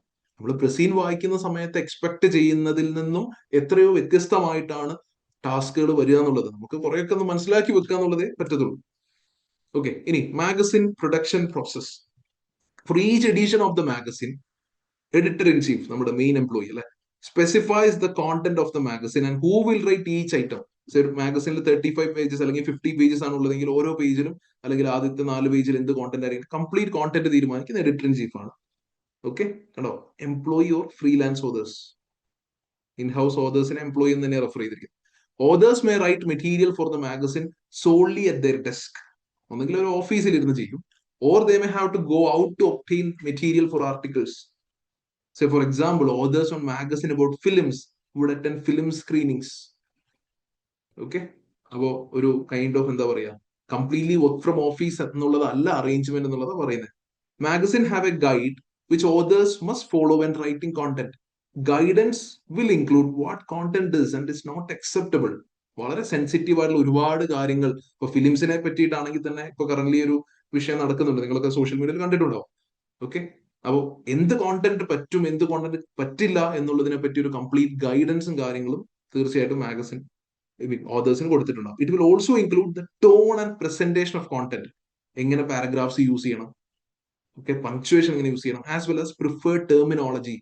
അല്ലെ, ചെറിയ ഒരേ കാര്യമായിരിക്കും മീൻ ചെയ്യുന്നത്, പക്ഷെ ടെർമിനോളജി മാറുന്നതിനനുസരിച്ച് ഭയങ്കര ഡിഫറൻസ് ഉണ്ട്. Authors generally have to produce content by a deadline date for each edition of the magazine. This deadline allows sufficient time for editing and printing the content by the publication date of the magazine. Okay, നമ്മൾ ഈ week magazine ഒക്കെ ചിലപ്പോൾ നിങ്ങൾ കണ്ടിട്ടുണ്ടാവും, at least നിങ്ങൾക്ക് പരിചയമുള്ള ഒരു magazine പെട്ടെന്ന് പറയാനാണ് ഇതായിരിക്കും. അപ്പോൾ ഈ വീക്കിന്റെ ഒക്കെ കേസിൽ തന്നെ നമ്മൾ ആ മാഗസിന്റെ കോണ്ടന്റിനെ പറ്റിയിട്ടായിരിക്കും മേ ബി എപ്പോഴും ശ്രദ്ധിച്ചിട്ടുണ്ടാവും. മേ ബി വീട്ടിൽ അമ്മമാര് വായിച്ചിട്ട് വനിത മേ ബി അറിയുന്നുണ്ടാവും. അപ്പോൾ വാട്ട് എവർ ആ മാഗസിന്റെ കോണ്ടന്റ് എന്നല്ലാതെ ഇതിന്റെ ബാക്ക് എൻഡ് നിങ്ങളൊന്ന് ആലോചിച്ച് നോക്കും അല്ലെ, എന്തൊക്കെ കാര്യങ്ങളായിരിക്കും നടക്കുക അവിടെ. എത്രയോ വലിയൊരു ടീം ഇരുന്നിട്ടാണ് ഈ ഒരു കോണ്ടന്റ് ഈ പറയുന്ന ഒരു എഡിഷനിലേക്ക് പ്രിപ്പയർ ചെയ്തിട്ടുണ്ടാവുക എന്നുള്ള ആലോചിക്കുക. Once content has been written, it is reviewed by editors. Review ചെയ്യും, എഡിറ്റ്സ് വേണ്ടതാണെങ്കിൽ എഡിറ്റ്സും ചെയ്യും. Once writing and editing have been completed, the content is brought together into an edition of the magazine which will also include advertisements and letters from magazine readers. ഇപ്പോൾ ചില സമയത്ത് ഈ എന്താ പറയാ, മാഗസിൻ റീഡേഴ്സിന്റെ ഇത് ചില പഴയ കാലത്തോട്ട് ചിന്തിച്ചാലേ മനസ്സിലാവണം എന്നുള്ളൂ. നിങ്ങൾ എല്ലാവർക്കും അത് ചിലപ്പോൾ റിലേറ്റ് ചെയ്യാൻ പറ്റുന്നില്ല. പണ്ട് മാഗസിൻസിലൊക്കെ ഓരോ ആൾക്കാരുടെ ഒപ്പീനിയൻ, ഈ ഒരു കോണ്ടന്റ് ഇഷ്ടപ്പെട്ടു, ഈ ഒരു കോണ്ടന്റ് ജീവിതത്തിൽ അപ്ലൈ ചെയ്തതിനു ശേഷം എന്റെ ലൈഫ് ഇങ്ങനെ മാറി എന്നൊക്കെ പറഞ്ഞിട്ട് കൈൻഡ് ഓഫ് ഒരു ടെസ്റ്റിമോണിയൽ പോലെ, അല്ലെങ്കിൽ സജഷൻസ് ആവാം, കുറ്റപ്പെടുത്തലാവാം, എല്ലാ കാര്യങ്ങളും ആ മാഗസിനിലെ അടുത്ത എഡിഷൻ വരുന്ന സമയത്ത് അതിലൊരു കോളത്തിൽ എന്ത് ചെയ്തിട്ടുണ്ടാവും, ഈ ലെറ്റേഴ്സ് ഫ്രം മാഗസിൻ റീഡേഴ്സ് അതിൽ ഇൻക്ലൂഡ് ചെയ്യാറുണ്ട്. അതൊക്കെ കുറച്ച് ഒരു മേ ബി നിങ്ങളുടെ പാരന്റ്സിന് എന്തായാലും അറിയാം. ഓക്കെ, അല്ലെങ്കിൽ ഒരു ഒരു ഒരു ഏർലി 90s ഒക്കെ ആണെങ്കിൽ പിന്നെ മനസ്സിലാവും. ഓക്കെ, അപ്പോ magazines editor in chief will review the whole magazine. The magazine will be printed or uploaded if published online. Okay, അപ്പൊ ഇത്രയും കാര്യങ്ങളാണ് ഇതിന്റെ ഒരു പ്രൊഡക്ഷൻ പ്രോസസ്സിൽ നടക്കുക. ഓതേഴ്സ് കഥയെല്ലാം എഴുതും അല്ലെ, അവർ ചിലപ്പോൾ ട്രാവൽ ചെയ്യേണ്ടതായിട്ട് വരും. ഇതെല്ലാം കഴിഞ്ഞ് കോണ്ടന്റ് എല്ലാം ആയതിനു ശേഷം എഡിറ്റർ റിവ്യൂ ചെയ്യുന്നു. അതിനുശേഷം editor in chief finally magazine എല്ലാം റിവ്യൂ ചെയ്തു, അഡ്വർടൈസ്മെന്റ്സ് പ്ലേസ് ചെയ്ത് പ്രിന്റ് ചെയ്യാണ്, അല്ലെങ്കിൽ ഓൺലൈൻ ആണെങ്കിൽ ഓൺലൈനിലും പബ്ലിഷ് ചെയ്യാണ്. ഓക്കെ, ഇനി editor in chief editor in chief നമ്മൾ പറഞ്ഞ ഒരു ചീഫ് എംപ്ലോയി പോലെ ഒരു ആളാണ് അല്ലെ. Editor in chief determines content and contributors four each edition. ഓരോ മാഗസിൻ എല്ലാ എഡിഷനും ഇയാള് കൺട്രോൾ, ഇയാൾക്ക് ഭയങ്കര ഒരു കൺട്രോൾ ഉണ്ട്. അപ്പൊ അങ്ങനെ ഒരു സിംഗിൾ സെൻട്രൽ അതോറിറ്റിക്ക് കൺട്രോൾ ഉള്ളപ്പോ എന്തായിരിക്കും പ്രശ്നം? നമുക്ക് ചില ചില കാര്യങ്ങളൊക്കെ ഡിസിഷൻ ബോട്ടിലിങ്സ് ഉണ്ടാവാം, അല്ലെങ്കിൽ നാളെ പെട്ടെന്ന് അയാൾ ഇല്ലാതെ ആയി കഴിഞ്ഞാൽ അവിടെ ഭയങ്കര ഒരു സക്സഷൻ റിസ്ക് ഒക്കെ ഉണ്ടാവാം. ഓക്കെ, സിനാരിയോസ് ആണ്, പൊട്ടൻഷ്യൽ സിനാരിയോസ് ആണ് പറയുന്നത്. ഓക്കെ, 60 വർഷമായിട്ടുള്ള ഒരു ഫേമാണ് എന്ന് ആലോചിച്ച് നോക്കും. 60 years ഉള്ള ഫേം ആവുന്ന സമയത്ത് പെട്ടെന്ന് നാളെ അവിടുത്തെ ഇത്രയും കാലം വളരെ ഒരു ബാക്ക് ബോൺ ആയിട്ട് നിന്നിരുന്ന ഒരു എഡിറ്റർ ഇൻ ചീഫ് പെട്ടെന്ന് റീപ്ലേസ് ചെയ്യപ്പെടുകയാണ്, അല്ലെങ്കിൽ അയാൾ റിസൈൻ ചെയ്ത് പോവാണ്. അങ്ങനത്തെ സിനാരിയോസ് ഒക്കെയാണ്. ഓക്കെ, അപ്പൊ ഒരു സക്സഷൻ റിസ്ക്കും കാര്യങ്ങളൊക്കെ ഉണ്ടാവും. ഓക്കെ, ഓതേഴ്സ് ഇപ്പൊ നമുക്ക് വളരെ ഈസിലി റീപ്ലേസബിൾ ആണ്, ഫ്രീലാൻസ് വെച്ചിട്ടാണെങ്കിലും നമുക്ക് സർവൈവ് നടക്കും. എഡിറ്റർ ഇൻ ചീഫ് കുറച്ചുകൂടി ഒരു ചീഫ് പൊസിഷനാണ്. ദെൻ സ്ട്രക്ചേർഡ് കോണ്ടന്റ് ഗവേണൻസ്, അതായത് വളരെ സ്ട്രിക്റ്റ് ആയിട്ടുള്ള ഒരു ഗവേണൻസ് നമ്മൾ പറയുന്നുണ്ട്. ടൂൺ ഇങ്ങനെയായിരിക്കണം, പ്രസന്റേഷൻ ഇങ്ങനെയായിരിക്കണം, പങ്ക്ച്വേഷൻസ് ഇങ്ങനെയായിരിക്കണം, അല്ലെ, ടെർമിനോളജീസ് ഇങ്ങനെയായിരിക്കണം എന്നൊക്കെ പറയുന്നത് കൊണ്ട് തീർച്ചയായിട്ടും അത് റെപ്യൂട്ടേഷൻ പ്രൊട്ടക്ട് ചെയ്യണം, അല്ലെങ്കിൽ കോംപ്ലയൻസ് ലീഗൽ റിസ്ക് ഒക്കെ കുറയ്ക്കുകയാണ്. ഇതിനെ അല്ലെ നമ്മുടെ കോണ്ടന്റിനെ ബേസ് ചെയ്തുകൊണ്ട് നാളെ വേറെ കേസോ കാര്യങ്ങളൊന്നും വരാതിരിക്കാൻ വേണ്ടിയിട്ട്. അപ്പൊ അങ്ങനെ ഒരു കോണ്ടന്റ് ഗവേണൻസ് എന്ന് അതിനെ പറയാം. അങ്ങനെ ഒരു കോണ്ടന്റ് ഗവേണൻസ് ഉണ്ട് which reduces our legal risk. Deadline driven operations, deadline driven ഓപ്പറേഷൻസിന് എപ്പോഴും എന്നും പറയാവുന്ന ഒരു പ്രശ്നമാണ് any delay could distract printing, അല്ലെ. അതായത് ഇപ്പൊ ഓതേഴ്സ് ഡിലേ ആയി, അല്ലെങ്കിൽ എന്താ പറയാ എഡിറ്റർ ഡിലേ ആയി, അങ്ങനെ ആരെന്ത് ഡിലേ സംഭവിച്ചു കഴിഞ്ഞാലും കംപ്ലീറ്റ് പബ്ലിഷിംഗ് ഡിലേ ആവുകയാണ്. ആ രീതിയിൽ ഒരു ഡെഡ് ലൈൻ ഡ്രിവൺ ഓപ്പറേഷൻസ് ആണ്. അപ്പൊ അത്രയും എന്താ പറയാ ടേക്ക് കെയർ ചെയ്താലേ കാര്യങ്ങൾ കൃത്യസമയത്ത് കംപ്ലീറ്റ് ആവത്തുള്ളൂ. Then multi stage review process, നമ്മൾ ഈ കോണ്ടന്റ് ഗവേണൻസ് പറഞ്ഞതുപോലെ തന്നെയുള്ളതാണ്. ആദ്യം എഡിറ്റേഴ്സ് റിവ്യൂ ചെയ്യുന്നു, പിന്നെ എഡിറ്റർ ഇൻ ചീഫ് റിവ്യൂ ചെയ്യുന്നു എന്നൊക്കെ പറയുമ്പോൾ അത്രയും ലെയേർഡ് ആയിട്ടുള്ളത് നമ്മുടെ ഇന്റേണൽ കൺട്രോൾ ആണ് സൂചിപ്പിക്കുന്നത്. ആദ്യം തന്നെ ഒരു കോണ്ടന്റ് ഗവേണൻസ് ഉണ്ട്. Along with the content governance ഇത്ര അധികം റിവ്യൂസ് വീണ്ടും വരികയാണ്. അപ്പോൾ ഫാക്ച്വൽ എറേഴ്സോ തെറ്റായ ഇൻഅപ്രോപ്രിയേറ്റ് ഉള്ള കോണ്ടന്റ് എന്തെങ്കിലുമൊക്കെ ഉണ്ടെങ്കിൽ അതൊക്കെ അല്ലെ ആ ഒരു ഇന്റേണൽ കൺട്രോൾ ചെക്സിൽ തന്നെ അതൊക്കെ ഇല്ലാതെയാവുകയാണ്. Then integration of advertising with production cycle. Advertisements നമ്മൾ ഫൈനൽ എഡിഷൻ വരുമ്പോഴേക്കുമാണ് കൊണ്ടുവരുന്നത്. അപ്പോൾ ഈ അഡ്വർടൈസ്മെന്റ് ഒരു പ്രത്യേകത നിങ്ങൾ മനസ്സിലാക്കുക. നമ്മൾ ഈ Jan edition, Feb edition, March edition, April edition എന്ന് പറഞ്ഞ എല്ലാ മന്ത്ലി എഡിഷൻ ആണ് മാഗസിൻ പോവുക. അപ്പൊ ചില സമയത്ത് ചിലപ്പോൾ അഡ്വർടൈസേഴ്സ് ഏറ്റവും കൂടുതൽ മേ ബി പരസ്യം ചെയ്യാൻ ആഗ്രഹിക്കുന്നുണ്ടാവുന്നത് ചില കമ്പനീസിനെ സംബന്ധിച്ച് ഡിസംബർ സമയമായിരിക്കും. ചില കമ്പനീസിന് അതൊരു ഒരു മേ ബി ഒരു മാർച്ച് ഏപ്രിൽ സമയമായിരിക്കും, അല്ലെ. നമ്മളിത് ക്ലാസ്സിൽ ഓൾറെഡി സംസാരിച്ചതാണ്. ഓരോ കമ്പനീസിനും അഡ്വർടൈസിങ് സൈക്കിളൊക്കെ വ്യത്യാസമുണ്ട്. അപ്പൊ അതും പ്രൊഡക്ഷൻ സൈക്കിളും ഡിഫർ ചെയ്ത് കഴിഞ്ഞാൽ നമുക്ക് ഈ പറഞ്ഞ പോലെ അഡ്വർടൈസേഴ്സിനൊക്കെ കിട്ടാതെ വരും, അല്ലെങ്കിൽ അതിന് ആ രീതിയിലൊക്കെ ബുദ്ധിമുട്ടുണ്ടെന്നുള്ള മനസ്സിലാക്കുക. ദെൻ സ്കെയിലബിലിറ്റി ക്വസ്റ്റ്യൻ, നമ്മളൊന്ന് ആലോചിച്ച് നോക്കുക. ഡാർലാൻഡിൽ മാത്രം 60 വർഷമായിട്ട് നമ്മൾ ഇപ്പോഴും ഡാർലാൻഡിൽ മാത്രമാണല്ലോ ഉള്ളൂ. ശരിയാണ്, നമ്മൾ അവിടുത്തെ ടോപ്പ് 5 ഉണ്ടെങ്കിലും സ്കെയിലബിലിറ്റി എന്നുള്ള പെർസ്പെക്റ്റീവ് ഒന്നും ഒരുപക്ഷെ ആരും ചിന്തിച്ചിട്ട് പോലും ഉണ്ടാകുന്നില്ല. ഓക്കെ, ഇപ്പൊ ഡാർലാൻഡ് മാറ്റി നമ്മൾ ഏത് കമ്പനീസ് ഏത് പ്രൊഡക്ട്സിനെ പറ്റി നമ്മൾ ഇതിനു മുന്നേ ചെയ്ത എല്ലാ ക്വസ്റ്റ്യനിലും നമ്മൾ ഉടനെ സംസാരിക്കുക ജോഗ്രഫിക്കലി ഡൈവേഴ്സിഫൈ ചെയ്യൂ എന്നൊരു ആൻസർ കോണ്ടന്റ് നമ്മൾ കൊടുക്കാൻ ശ്രമിക്കാറുണ്ട് പലപ്പോഴും. ഡാർലാൻഡിന്റെ നെയ്ബറിംഗ് കൺട്രീസിലും നമ്മൾ ഇത്രയും റെപ്യൂട്ടേഷൻ ഒക്കെ ഉണ്ടെങ്കിൽ അല്ലെ നെയ്ബറിംഗ് കൺട്രീസിലേക്ക് പോവാം. പക്ഷെ ഈ മാഗസിൻ ഇൻഡസ്ട്രിയിലുള്ള ഒരു പ്രശ്നം എന്താന്ന് വെച്ച് കഴിഞ്ഞാൽ ഡാർലാൻഡ് സംസാരിക്കുന്ന ഒരു വെർണക്കുലർ ലാംഗ്വേജ് ഒന്നും ആയിരിക്കണം എന്നില്ല നെയ്ബറിംഗ് കൺട്രീസിൽ ഉണ്ടാവുന്നുണ്ടാവുക. അതൊക്കെ ഈ ഒരു ഇൻഡസ്ട്രിയുടെ ഒരു പ്രശ്നമാണ്. നമുക്ക് വളരെ എളുപ്പത്തിൽ ജോഗ്രഫിക്കലി ഡൈവേഴ്സിഫൈ ചെയ്യാൻ പറ്റില്ല. അപ്പൊ അതൊക്കെ തന്നെ സ്കെയിലബിലിറ്റിയുടെ ഒരു പ്രശ്നമാണ്. എന്നാൽ ഡിജിറ്റൽ വരുന്ന സമയത്ത് ഓക്കെ കുറെ കൂടെ ഒക്കെ സ്കെയിൽ ചെയ്യാം. ഒരു ജനറൽ പ്ലാറ്റ്ഫോം വന്നു കഴിഞ്ഞാൽ ഓക്കെ, ഇതിപ്പോ മെർസന്റെ കേസിൽ തന്നെ നമുക്ക് പറയുന്നുണ്ട് ഒരു സെൻട്രൽ ഡിസ്ട്രിബ്യൂഷൻ ഹബ്ബാണുള്ളത്. അവിടെ നിന്ന് ട്രാവൽ ചെയ്യാൻ ഇത്രേ കപ്പാസിറ്റി ഉണ്ടാവുള്ളൂ. അപ്പോൾ as of now print based മാഗസിന്റെ കേസസിലാണെങ്കിൽ സ്കെയിലബിലിറ്റി ഭയങ്കര വലിയൊരു ക്വസ്റ്റ്യൻ ആണ്. It's not at all easy to scale. ആ ഒരു ഇൻഡസ്ട്രിയുടെ പ്രശ്നമാണ്. ഇനി ഡിജിറ്റൽ ആക്കി കഴിഞ്ഞാൽ നമ്മൾ ഈ ഓൺലൈൻ മാർക്കറ്റിംഗ് ഗ്ലോബലി മാർക്കറ്റ് ചെയ്യാമെന്ന് പറയുന്ന ഒരു അഡ്വാൻറ്റേജ് ആയിട്ട് നമ്മൾ പറഞ്ഞിട്ടുണ്ടായിരുന്നു. ഈ മാർക്കറ്റിംഗ് ഒക്കെ ചാപ്റ്റർ 2 പഠിച്ചപ്പോൾ എന്ന് പറഞ്ഞ പോലെ നിങ്ങൾ ഒരു ഡിജിറ്റൽ കോണ്ടന്റ് ആണ് ഇറക്കുന്നെങ്കിൽ ഇപ്പൊ നിങ്ങൾ ഈ SBLന്റെ ഇപ്പം നമ്മൾ ഇംഗ്ലീഷ് ലാംഗ്വേജ് അറിയാവുന്ന ആർക്കും ഇപ്പൊ ഞാൻ ഈ പറയുന്ന കോണ്ടന്റ് നിങ്ങൾക്ക് വായിക്കാം. ഗ്ലോബലി ആക്സസിബിൾ ആണ് എന്ന് പറയുന്നത് പോലെ ഇത് കുറെ കൂടെ സ്കെയിലബിൾ ആണ്. ഓക്കെ, പ്രിന്റ് ബേസ്ഡിൽ അത്രയധികം ഹെവി ലോജിസ്റ്റിക് സപ്പോർട്ട്സും കാര്യങ്ങളും ഡിസ്ട്രിബ്യൂഷനും ഒക്കെ അതിന്റെ പാർട്ടായിട്ട് വരുന്നതാണ്, അല്ലെ. അത്രയും കോസ്റ്റ് ഇൻവോൾവ് ആണ്. ഇവിടെ ആ പ്രശ്നമില്ല. ഇനി next one, software. Many publishers pay fee to suppliers for software which assist in publishing content. അതായത് ഡിജിറ്റൽ കോണ്ടന്റ് പബ്ലിഷ് ചെയ്യണമെങ്കിൽ നിർബന്ധമായിട്ടും ഒരു തേർഡ് പാർട്ടി അല്ലെങ്കിൽ ഒരു പബ്ലിഷിംഗ് സോഫ്റ്റ്വെയറിന്റെ ആവശ്യമുണ്ട്. ഫോർ എക്സാമ്പിൾ അഡോബ് ഒക്കെ കുറെ ആ രീതിയിലുള്ള പബ്ലിഷിംഗ് സോഫ്റ്റ്വെയർസ് പ്രൊവൈഡ് ചെയ്യുന്നുണ്ട്. അഡോബ് ആണ് ഒരു example. A digital publishing platform എന്താണെന്ന് മനസ്സിലാക്കുക. This is A software use specifically four producing digital content. അപ്പോൾ ജസ്റ്റ് ഒരു ബ്ലാങ്ക് പേജ് ആണെന്ന് വിചാരിക്കും. ഈ ഒരു സോഫ്റ്റ്വെയർ ഓപ്പൺ ചെയ്യുമ്പോൾ ഒരു ബ്ലാങ്ക് പേജ് ആണ്, നിങ്ങൾക്ക് ഒരു ഐഡിയ കിട്ടാൻ വേണ്ടിയിട്ടാണ്. അതിൽ നമുക്ക് കുറെ ഭാഗത്ത് ടെക്സ്റ്റ് ആഡ് ചെയ്യാം അല്ലെ. ഇവിടെ ഇപ്പൊ ഇങ്ങനെ ക്ലിക്ക് ചെയ്ത് ഇവിടെ ടെക്സ്റ്റ് ആഡ് ചെയ്യാം. ഇനി ഇമേജസ് ആഡ് ചെയ്യണമെങ്കിൽ ഇവിടെ ഇമേജ് ഇൻസേർട്ട് ചെയ്യാം, വീഡിയോ ഇൻസേർട്ട് ചെയ്യാം. അങ്ങനെ ഒരു സോഫ്റ്റ്വെയർ ആണ്. എന്നിട്ട് ലാസ്റ്റ് പബ്ലിഷ് എന്ന് പറഞ്ഞു കൊടുത്താൽ അല്ലെ ഈ ബുക്ക് പബ്ലിഷ് ആയി, അല്ലെങ്കിൽ എന്താ പറയുക ഈ കോണ്ടന്റ് പബ്ലിഷ് ആയി എന്നുള്ളതാണ്. അപ്പോൾ അങ്ങനെ ഒരു സോഫ്റ്റ്വെയർ ആണ് ഈ പബ്ലിഷിംഗ് സോഫ്റ്റ്വെയർ എന്ന് പറഞ്ഞാൽ അതാണ്. So, as well as assisting with the design and layout, it may be used to add multimedia elements and publish content onto multiple channels, including social media and mobile apps. അതായത് mobile ആപ്പിലും ലാപ്ടോപ്പിൽ നിന്ന് view ചെയ്യുന്നവരുണ്ടാവും, mobile ആപ്പിൽ view ചെയ്യുന്നവരുണ്ടാവും. ഇതിനൊക്കെ അനുസരിച്ച് വേണ്ട എന്താ പറയുക, അതിന് വേണ്ട സ്ട്രക്ചറൽ ചേഞ്ചസും കാര്യങ്ങളൊക്കെ ഓട്ടോമാറ്റിക്കലി ഈ പബ്ലിഷിംഗ് സോഫ്റ്റ്വെയർ മാറ്റം വരുത്തി ചെയ്യും. So a digital publishing platform may also allow the inclusion of advertisement as part of digital content. അഡ്വർടൈസ്മെന്റിനും തീർച്ചയായിട്ടും അവിടെ നമുക്ക് സ്പേസ് കൊടുക്കാം. മൾട്ടിമീഡിയ കൊണ്ടുവരിക എന്ന് പറഞ്ഞു കഴിഞ്ഞാൽ വീഡിയോ ആഡ്സ് ഒക്കെ നമുക്ക്, നിങ്ങൾ തന്നെ ഏതെങ്കിലുമൊക്കെ ന്യൂസ് ഒക്കെ വായിച്ചുകൊണ്ടിരിക്കുന്ന സമയത്ത് ഇങ്ങനെ ആഡ് കാണാറുള്ളതാണ്, right? Other facilities digital publishing platform may provide include data analytics, search engine optimisation എന്ന് പറഞ്ഞാൽ SEO എന്നൊക്കെ നിങ്ങൾ കേട്ടിട്ടുണ്ടാവും.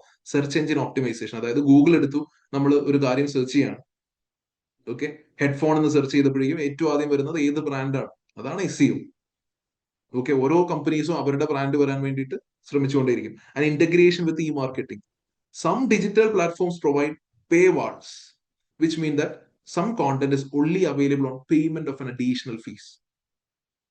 ഓക്കെ, ഫീ പേ ചെയ്താൽ മാത്രമേ നമുക്കത് വ്യൂ ചെയ്യാൻ പറ്റത്തുള്ളൂ എന്ന രീതിയിലുള്ള പേ വാൾ കോണ്ടന്റ്സും ഉണ്ട്. അതിങ്ങനെ ബ്ലേർഡ് ആയിട്ടായിരിക്കും കാണിക്കുന്നുണ്ടാവും. മണി കൺട്രോൾ എന്നൊക്കെ പറഞ്ഞൊരു ആപ്പ് ഉണ്ട്. നിങ്ങൾ എല്ലാവരും യൂസ് ചെയ്യുന്നുണ്ടോ എന്ന് എനിക്കറിയില്ല. ഞാൻ വളരെ കോമൺലി യൂസ് ചെയ്യുന്ന ഒരു സാധനമാണ് മണി കൺട്രോൾ. എന്ന് വെച്ചാൽ ബിസിനസ് ന്യൂസുകളും കാര്യങ്ങളൊക്കെ ഉള്ള കാര്യം. അതിലും ഇതുപോലെ എന്താ പറയാ, മാർക്കറ്റ്സ് എങ്ങനെയാണ് മൂവ് ചെയ്യുന്നത്, വേൾഡിൽ നടക്കുന്ന ബിസിനസ് ന്യൂസ്, SBL റിലവന്റ് ആയിട്ടുള്ള കുറെ ന്യൂസുകളൊക്കെ വരാറുള്ളതാണ് ഇതിന്റെ. ഓക്കെ, അപ്പൊ അവിടെയൊക്കെ ഇതുപോലെയാണ്, നമ്മൾ പേ ചെയ്താൽ അതുവരെ അത് ബ്ലേർഡ് ആയിട്ട് ഇങ്ങനെ കാണിക്കും. ഓക്കെ, അപ്പൊ അതാണ് ഉദ്ദേശിച്ചിരിക്കുന്നത്. അപ്പോ സോഫ്റ്റ്വെയർ സൈഡ് ക്ലിയർ ആണെന്ന് വിചാരിക്കുന്നു. സോഫ്റ്റ്വെയറിനെ പറ്റി പറഞ്ഞ കാര്യങ്ങളൊക്കെ ക്ലിയർ ആണെന്ന് വിചാരിക്കുന്നു.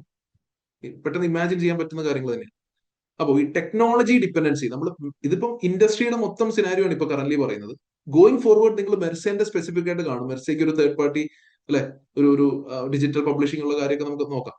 അപ്പോൾ ഇങ്ങനെ ഒരു ടെക്നോളജി ഡിപ്പെൻഡൻസി ഉള്ളപ്പോൾ ഒരു വെണ്ടർ ലോക്ക് ഇൻ റിസ്ക് ആണ്. ഇപ്പൊ മെർസയുടെ കേസിൽ താഴേക്ക് പോകുന്ന സമയത്ത് നമ്മൾ കാണാം, Mersa have been using a digital publishing platform for some years, കുറച്ച് വർഷങ്ങളായിട്ട് ഉപയോഗിക്കുന്ന ഒരാളുണ്ട് എന്ന് പറയുമ്പോൾ ഒരു ലോക്ക് ഇൻ റിസ്ക് ആണ്. അതായത് ഇവര് നമ്മുടെ സപ്ലൈസ് ആണ്. നമുക്ക് നമ്മുടെ പോർട്ടേഴ്സ് വൈഫോഴ്സ് വെച്ച് പറയാനാണെങ്കിൽ bargaining power of these supplies are high. അതാണ് പ്രൈസിങ് പവർ ഇംബാലൻസ്. ഇവര് നാളെ പറയാണ് ഞങ്ങളുടെ പ്ലാറ്റ്ഫോം ഉപയോഗിക്കണമെങ്കിൽ ഇത്രയും പേയ്മെന്റ് തരണം എന്ന് അവർ നാളെ വന്ന് പറഞ്ഞു കഴിഞ്ഞാൽ നമുക്കത് അനുസരിക്കുകയേ മാർഗമുള്ളൂ. കാരണം ഈ പബ്ലിഷിംഗ് പ്ലാറ്റ്ഫോം ഇല്ലാതെ നമുക്ക് ഈ കോണ്ടന്റ് പ്രൊഡ്യൂസ് ചെയ്യാൻ കഴിയില്ല. സോ എസ്പെഷ്യലി ഒരു ഡിജിറ്റൽ ട്രാൻസ്ഫോർമേഷൻ നടക്കുന്ന ഇങ്ങനെ ഒരു സിനാരിയോയിൽ വളരെ വളരെ ഇമ്പോർട്ടന്റ് ആണ് ഈ പബ്ലിഷിംഗ് പ്ലാറ്റ്ഫോമുമായിട്ടുള്ള ടേംസ് ആൻഡ് കണ്ടീഷൻസ് ഒക്കെ. ഇനി അടുത്തൊരു കാര്യമാണ് ഡിജിറ്റൽ പ്ലാറ്റ്ഫോമിന്റെ കാപ്പബിലിറ്റി. ഒരുപാട് ഡിജിറ്റൽ പ്ലാറ്റ്ഫോംസ് ഉണ്ട്. Adobe was one of the example മാത്രമാണ്. അപ്പൊ നമ്മൾ ഉപയോഗിക്കുന്ന ഡിജിറ്റൽ പബ്ലിഷിംഗ് പ്ലാറ്റ്ഫോം എത്രത്തോളം കോമ്പിറ്റന്റ് ആണ്, എന്തൊക്കെ ഫംഗ്ഷനാലിറ്റീസ് ഉണ്ട്. ഇപ്പോൾ ചില ഡിജിറ്റൽ പ്ലാറ്റ്ഫോമിൽ വീഡിയോ ഇൻസേർട്ട് ചെയ്യാൻ പറ്റില്ല. നിങ്ങൾക്ക് വേണമെങ്കിൽ ഫോട്ടോ കൊടുക്കാം, വീഡിയോ കൊടുക്കാൻ പറ്റില്ല. ഓക്കെ, അപ്പൊ അതൊക്കെയാണ് ഫംഗ്ഷനാലിറ്റി. അത് കമ്പനിയുടെ എന്താ പറയാ, സ്പെല്ലിംഗ് മിസ്റ്റേക്ക് ഉണ്ട്, കമ്പനിയുടെ ഒരു കോമ്പിറ്റൻസിയെ ബാധിക്കുന്ന കാര്യം. നമുക്ക് പിന്നെ എഡിറ്റർ ഒന്നും ഇല്ലാത്തത് കൊണ്ടാണ് അല്ലെ, സ്പെല്ലിംഗ് മിസ്റ്റേക്ക് ഒക്കെ കറക്റ്റ് ചെയ്യുന്ന ആളാണ് എഡിറ്റർ. ഓക്കെ, അപ്പോ അതാണ് ഡിജിറ്റൽ പ്ലാറ്റ്ഫോം അത്രയും കാപ്പബിൾ ആയിരിക്കണം എന്ന് പറയും. പിന്നെ അടുത്ത ഡേറ്റ അനലിറ്റിക്സ്. നമ്മളോട് ഇവിടെ പറയുന്നുണ്ട്, ഇൻഡസ്ട്രിയിൽ സാധാരണഗതിയിലുള്ള ഒരു ഡിജിറ്റൽ പബ്ലിഷ് പ്ലാറ്റ്ഫോം എന്ത് ചെയ്യാറുണ്ട്, ഇവിടെ പോയി കുറച്ച് ഡേറ്റ അനലിറ്റിക്സ് ഒക്കെ ചെയ്തിരുന്ന കാര്യം പറഞ്ഞിരുന്നല്ലോ, ഇവിടെ എവിടെ വായിച്ചിരുന്നല്ലോ. യെസ്, ഇവിടെ ഇൻക്ലൂഡ് ഡേറ്റ അനലിറ്റിക്സ്, SEO എന്നൊക്കെ പറയുന്നുണ്ടല്ലോ. അപ്പോൾ ഈ ഡേറ്റ അനലിറ്റിക്സ് ഒക്കെ നമുക്ക് എത്രത്തോളം, മെർസയുടെ കേസ് നിങ്ങൾ ഓർമ്മയുണ്ടോന്ന് അറിയില്ല. മെർസയെ പറ്റി പറയുന്ന സമയത്ത് പറയുന്നുണ്ട് സം ഡാറ്റ അനലിറ്റിക്സ്. അതെന്താണ് ഒരു സം? അല്ലെ? കുറച്ച് ഫീച്ചേഴ്സ്, അതായത് മേ ബി നമ്മളെക്കാളും വളരെ ഉറപ്പാണ് ബാക്കി കോമ്പറ്റീറ്റേഴ്സിനൊക്കെ മേ ബി ഇതിലും ഹയർ എൻഡിൽ ഡാറ്റ അനലിറ്റിക്സ് ചെയ്ത് കിട്ടുന്നുണ്ടാവും. അവർക്ക് കിട്ടുന്നതൊക്കെ ഇതൊക്കെയാണ്. എന്താ? Track reader behaviour. അതായത് ഒരു കോണ്ടന്റ് നിങ്ങൾ ഈ റീലൊക്കെ കാണുന്ന സമയത്ത് തന്നെ ചില റീല് നമ്മൾ സ്കിപ്പ് ചെയ്ത് കൊടുക്കും, ചില റീല് നമ്മൾ വീണ്ടും കാണും, വീണ്ടും റീപ്ലൈ ചെയ്തുകൊണ്ടിരിക്കും, അല്ലെ? അപ്പൊ അതാണ് ആ റീഡർ ബിഹേവിയർ ട്രാക്ക് ചെയ്യാൻ പറ്റും. എത്രത്തോളം time Meta is actually tracking that. എത്ര സമയം നിങ്ങൾ അല്ലെ ഒരു പെർട്ടിക്കുലർ റീലിൽ സ്പെൻഡ് ചെയ്യുന്നുണ്ട്, അതാണ് നിങ്ങൾക്ക് ഇൻട്രസ്റ്റ് എന്നുള്ളത് അവിടെ മനസ്സിലായി. അപ്പൊ ആ ഇൻട്രസ്റ്റിനെ ബേസ് ചെയ്തുകൊണ്ടാണ് അല്ലെ ഈവൻ നമ്മൾ അഡ്വർടൈസ്മെന്റിന് പോകുന്ന സമയത്ത് അഡ്വർടൈസിനോട് സംസാരിക്കാനൊക്കെ ഈ ഡാറ്റ അനലിറ്റിക്സ്, ഈ ഫിഗേഴ്സ് വളരെ ഹെൽപ്ഫുൾ ആയിരിക്കും. So they will measure our engagement. Predict churn. Predict churn എന്ന് പറഞ്ഞു കഴിഞ്ഞാൽ എപ്പോഴാണ് നമ്മൾ സബ്സ്ക്രിപ്ഷൻ സ്റ്റോപ്പ് ചെയ്യുന്നത്, അല്ലെ? നമ്മൾ കുറെ മടുക്കുമ്പോഴായിരിക്കും ചിലപ്പോൾ നമ്മൾ സബ്സ്ക്രൈബ് ചെയ്ത് സ്റ്റോപ്പ് ചെയ്യുക, അല്ലെങ്കിൽ നമുക്ക് വേറെ എന്തെങ്കിലും. അപ്പോൾ അതൊക്കെ കുറെയൊക്കെ പ്രിഡിക്റ്റ് ചെയ്യാൻ കഴിയും. നമ്മൾ കൊടുക്കുന്ന, അതായത് മെർസെ കൊടുക്കുന്ന അല്ലെങ്കിൽ മെർസെ പോലുള്ള കമ്പനീസ് കൊടുക്കുന്ന കോണ്ടന്റ് വാല്യൂ ഫീലിംഗ് ഇല്ലാതെ വരുമ്പോഴായിരിക്കും, അല്ലെ? ഇപ്പൊ നിങ്ങൾക്ക് കുറച്ചുകൂടെ നിങ്ങൾക്ക് റിലേറ്റ് ചെയ്യാൻ പറ്റുക മേ ബി ഒരു OTT പ്ലാറ്റ്ഫോംസിന്റെ കാര്യങ്ങൾ ആലോചിച്ചു. നിങ്ങൾ ഒരു OTT പ്ലാറ്റ്ഫോം സബ്സ്ക്രൈബ് ചെയ്തു, അവിടെ നല്ല മൂവീസ്, ഏതൊരു നല്ല മൂവി വന്നപ്പോഴായിരിക്കും നിങ്ങൾ സബ്സ്ക്രൈബ് ചെയ്തിട്ടുണ്ടാവുക. മേ ബി അതിന്റെ അടുത്ത മാസവും വലിയ കുഴപ്പമില്ലാത്ത 1-2 മൂവീസ് ഉണ്ടായിരുന്നു, you keep up the subscription, അല്ലെ? പിന്നെ മുന്നോട്ട് പോയി. പിന്നെ വെറും ശോകം സിനിമകൾ മാത്രമാണ് വരുന്നത്, അല്ലെ? വെറും നല്ല മൂവീസ് ഒന്നും വരുന്നില്ല. ഒരു ആവറേജ് അല്ലെങ്കിൽ ബിലോ ആവറേജ് മൂവീസ് വരികയാണെങ്കിൽ അതാണ് ദേ കൻ പ്രിഡിക്ട് ചേൺ എന്ന് പറയുന്നത്. നിങ്ങൾ അപ്പൊ ഓക്കെ ഇതൊന്നും കണ്ടിട്ടില്ല, ആ മൂവീസ് ഒന്നും കാണുന്നില്ല, okay soon they may withdraw their subscription എന്നുള്ളതാണ്. അപ്പൊ ഇതിന്റെ അടിസ്ഥാനത്തിൽ അങ്ങനെ ഒരു അനലിറ്റിക്സ് നമുക്ക് കിട്ടിയ we can optimise the content strategy. Netflix ഒക്കെ ഇത് ചെയ്യുന്നുണ്ട്, ഓക്കെ. പക്ഷെ നമ്മുടെ ഇൻഡസ്ട്രി അതല്ല. ഞാൻ ജസ്റ്റ് ഒരു എക്സാമ്പിൾ പറഞ്ഞു. ദെൻ ഡിജിറ്റൽ പ്ലാറ്റ്ഫോം ഉണ്ടെങ്കിൽ തീർച്ചയായിട്ടും it is easier to scale എന്ന് മുന്നേ കണ്ടു. ഡിജിറ്റൽ പ്ലാറ്റ്ഫോം ഉണ്ടെങ്കിൽ cyber security could be an exam scenario. Cyber security, data protection risk ഒക്കെ എന്തായാലും ഉണ്ട്, because we are using technology. Data ബ്രീച്ചസും അതേപോലെ ഡാറ്റ പ്രൈവസി ലോസ് ഒക്കെ ബ്രീച്ച് ചെയ്യുന്ന സിനാരിയോസ് ഒക്കെ എക്സാമിന് വന്നേക്കാം. ഓക്കെ. പിന്നെ അടുത്ത capital investment versus operating cost consideration. അതായത് the board must evaluate whether investing in proprietary system or continuing with third party platform provide better long term strategic control. Okay. അതായത് ഇപ്പൊ ഒരു പെട്ടെന്നൊരു എക്സാമ്പിൾ പറയാനാണെങ്കിൽ, നിങ്ങൾ മെർസേന്റെ കഥയൊക്കെ വായിച്ചിട്ടുണ്ടെങ്കിൽ നിങ്ങൾ വായിച്ചിട്ടുണ്ടാവും, മെർസയെ സംബന്ധിച്ച് മെർസയ്ക്ക് ഇൻഹൗസ് ആയിട്ട് വലിയൊരു പ്രിന്റിംഗ് മെഷീൻ ഉണ്ടെന്ന് വായിച്ചിട്ടുണ്ട്. അപ്പൊ ബോർഡ് 60 വർഷം ഹിസ്റ്ററി ഉള്ള കമ്പനിയാണ്, അല്ലെ? നമ്മൾ ഒരു പ്രിന്റിംഗ് മെഷീനിലേക്ക് നമ്മൾ പൈസ ഇൻവെസ്റ്റ് ചെയ്തിട്ടുണ്ട് ഇൻഹൗസ് ആയിട്ട്. നമ്മളിത് എന്താ പറയാ, ബാക്കി കോമ്പറ്റീറ്റേഴ്സ് ചെയ്യുന്ന പോലെ എന്താ പറയാ ഔട്ട്സോഴ്സ് ചെയ്യല്ല, പ്രിന്റിംഗ് ഔട്ട്സോഴ്സ് ചെയ്യല്ല, നമ്മൾ ഇൻഹൗസ് ആയിട്ട് ഒരു പ്രിന്റിംഗ് മെഷീൻ വെച്ചിട്ടുണ്ട്. സോ ഗോയിങ് ഫോർവേഡ് നമ്മളൊരു ഡിജിറ്റൽ ട്രാൻസ്ഫോർമേഷൻ ഉള്ള സമയത്ത് മേ ബി നമ്മൾ ഇത് വിറ്റിട്ട് എന്ത് ചെയ്യേണ്ടി വരും? പകരം ഈ രീതിയിലുള്ള ഡിജിറ്റൽ പബ്ലിഷിംഗ് പ്ലാറ്റ്ഫോംസ് സ്വന്തമായിട്ട് ബിൽഡ് ചെയ്യുക, അങ്ങനെ ഒരു പ്ലാറ്റ്ഫോം, അങ്ങനെ ഒരു സോഫ്റ്റ്വെയർ സ്വന്തമായിട്ട് ബിൽഡ് ചെയ്യുക എന്നുള്ളതായിരിക്കും ചിലപ്പോൾ ഒരു സ്ട്രാറ്റജിക് കൺട്രോൾ, ഒരു ലോങ് ടേം സ്ട്രാറ്റജിക് കൺട്രോളിന് നമുക്ക് നല്ലത്. കറന്റ് മെർസേജ് ചെയ്യുന്നത് ഒരു തേർഡ് പാർട്ടി റിലേ ചെയ്യാണ്. ഓക്കെ. അപ്പൊ അതാണ് ഇവിടെ പറയുന്നത്. ഇങ്ങനെയുള്ള സിസ്റ്റത്തിലേക്കുള്ള ഇൻവെസ്റ്റ്മെന്റ് ആയിരിക്കും, അതോ നമുക്ക് തേർഡ് പാർട്ടി പ്ലാറ്റ്ഫോംസ് വെച്ചിട്ട് കണ്ടിന്യൂ ചെയ്ത് പോയാൽ മതി? അതായത് ഇപ്പൊ കറന്റ് നമുക്ക് മെർസേന്റെ കേസിൽ ഇപ്പോൾ ഉള്ളത് ഒരു തേർഡ് പാർട്ടി പ്ലാറ്റ്ഫോമാണ്. ഓക്കെ. അപ്പോൾ ഇത് വെച്ച് കണ്ടിന്യൂ ചെയ്യും. ഇതൊക്കെ ഒരു എക്സാം സിനാരിയോ ആവാം. Okay. Moving to sources of income. അതിൽ തന്നെ ഒന്നിലധികം സോഴ്സ് ഓഫ് ഇൻകം എന്ന് പറയുമ്പോൾ തന്നെ അത് ഭയങ്കര ഒരു പ്ലസ് ആണ്. Multiple source of revenue. എന്തൊക്കെയാണ് നമ്മുടെ സോഴ്സ് ഓഫ് ഇൻകം നോക്കാം. Sale of print based magazine to retailers. Retailers എന്ന് പറയുമ്പോൾ ആരൊക്കെയാ നോക്കിയ? Supermarkets and transport hub. Transport hub എന്നൊക്കെ ഉദ്ദേശിച്ചത് ഈ മെട്രോ സ്റ്റേഷൻസ്, അതേപോലെ അല്ലെ KSRTC സ്റ്റാൻഡൊക്കെയാണ് ട്രാൻസ്പോർട്ട് ഹബ് എന്നായിട്ട് പറയുന്നത്. ഒരിക്കലും എക്സാമിന് ട്രാൻസ്പോർട്ട് ഹബ് എന്ന ടേമിന് പകരം ഇതൊന്നും എഴുതി വെക്കരുത്. റെയിൽവേ സ്റ്റേഷൻ അല്ലെ ആ രീതിയിൽ എഴുതി വെക്കുക. ട്രാൻസ്പോർട്ട് ഹബ് എന്ന് തന്നെ യൂസ് ചെയ്യുക. അപ്പൊ ഇവരെയാണ് നമ്മൾ റീറ്റെയിലേഴ്സ് എന്ന് പറയുന്നത്. So retailers buy magazines from publishers. എന്നിട്ട് അവരെന്ത് ചെയ്യും? അവർ മൊത്തമായിട്ട് മേടിച്ചിട്ട് അവരെന്ത് ചെയ്യും? കസ്റ്റമേഴ്സിന് കൊടുക്കും, കസ്റ്റമേഴ്സിന് സെല് ചെയ്യും. അപ്പൊ basically sale of print based magazine, അതാണ് ഒരു സോഴ്സ് ഓഫ് റവന്യൂ. അടുത്തത് subscription to print based magazine. Subscribe ചെയ്യുന്നവരുണ്ടാവും, ഈ വൺ ടൈം ആയിട്ട് വന്നിട്ട് ആ മാഗസിൻ മേടിച്ച് വായിക്കുന്നുണ്ട്. ഇപ്പോൾ എനിക്ക് കുറച്ച് ഫ്രീ ടൈം കിട്ടി, ഓക്കെ എങ്കിൽ ഈ ഒരു ബുക്ക് വായിക്കാം എന്ന് പറഞ്ഞ എടുത്ത് ബുക്ക് വായിക്കുന്നവരുണ്ട്. സ്ഥിരമായിട്ട് ഇത് വായിക്കുന്നവരുണ്ട്, സബ്സ്ക്രൈബേഴ്സ് ഉണ്ട്. They pay subscription to purchase a set number of editions. Often all those publish in yearly subscription എടുക്കുന്നവരുണ്ടാവും. എന്തുകൊണ്ടാ? The total subscription cost is less than that of purchasing each edition separately. അതാണല്ലോ അതിലെ ഒരു selling game, അതാണ് അല്ലെ. The editions are send directly to subscribers. അപ്പോൾ അടുത്തൊരു income ഇതാണ്.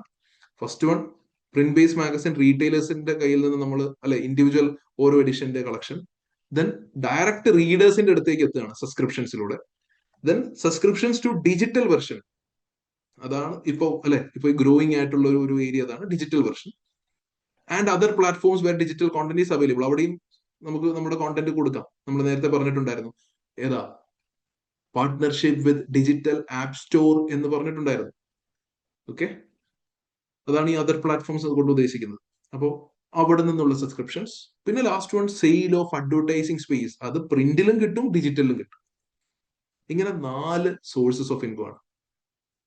ഓക്കെ, സോ എന്തൊക്കെയാ retail sales model. First one, നമ്മുടെ ഏറ്റവും പ്രൈമറി സോഴ്സ് ഓഫ് ഇൻകം ആയിട്ട്, ഇപ്പൊ നമുക്ക് എക്സാക്ട്ലി ഇതിന്റെ ഒന്നും സ്പ്ലിറ്റ് തന്നിട്ടില്ല ക്വസ്റ്റ്യനിൽ. ഓക്കെ, എക്സാമിന് ചിലപ്പം sources of income, income from this, income from this, income from this എന്നൊക്കെ പറഞ്ഞ് തരുന്ന സമയത്ത് നമുക്ക് അവിടെ കുറച്ചും കൂടെ കാര്യമായിട്ട് ഈ കാര്യങ്ങൾ എഴുതാം. എത്രത്തോളം നമ്മൾ ഡിപ്പെൻഡന്റ് ആണ് ഈ റീറ്റെയിലേഴ്സിൽ. അതായത് റീറ്റെയിലേഴ്സിന് നമ്മൾ മാഗസിൻസ് കൊടുക്കുമ്പോൾ നമ്മുടെ കോമ്പറ്റീറ്റേഴ്സും മാഗസിൻ വിൽക്കുന്ന റീറ്റെയിലേഴ്സ് ആയിരിക്കും. അപ്പൊ അവിടെ വന്നിട്ട് മൂവി ബേസ്ഡ് ആയിട്ട് എന്തെങ്കിലും മാഗസിൻ ഉണ്ടോ എന്ന് പറയുന്ന സമയത്ത് ഒരു റീറ്റെയിലർ എടുത്തു കൊടുക്കുന്നത് മെർസൈഡ് ആവണമെന്ന് ഒരു നിർബന്ധമില്ല. നമ്മുടെ കോമ്പറ്റീറ്റർ മാഗസിനും അവിടെ ഉണ്ടാവും. അതാണ് ഈ തേർഡ് പാർട്ടി ഡിസ്ട്രിബ്യൂഷൻ ചാനലിലെ ഏറ്റവും വലിയ പ്രശ്നം, അല്ലെ? അവിടെ മെർസേ ആവണമെന്നുണ്ടെങ്കിൽ അവിടെ മാർജിൻസിനെ പറ്റി സംസാരിച്ചിട്ടുണ്ടാവും. ഓക്കെ, റീറ്റെയിലേഴ്സിന് അപ്പൊ ഇവിടെ ഒരു ബാർഗെയിനിങ് പവർ ഉണ്ട്. അതായത് അവർക്ക് കിട്ടുന്ന മാർജിനെ ബേസ് ചെയ്തിട്ടായിരിക്കും അല്ലെ അവർ സെല് ചെയ്യുന്നുണ്ടാവുക. ദെൻ പ്രിന്റ് സബ്സ്ക്രിപ്ഷൻ മോഡൽ, ഒരു നേരത്തെ നമ്മൾ സബ്സ്ക്രിപ്ഷനെ പറ്റി എപ്പോൾ സംസാരിക്കുമ്പോൾ പറയുന്ന ഒരു കാര്യമാണ് പ്രെഡിക്റ്റബിൾ ഇൻകം ആണ്.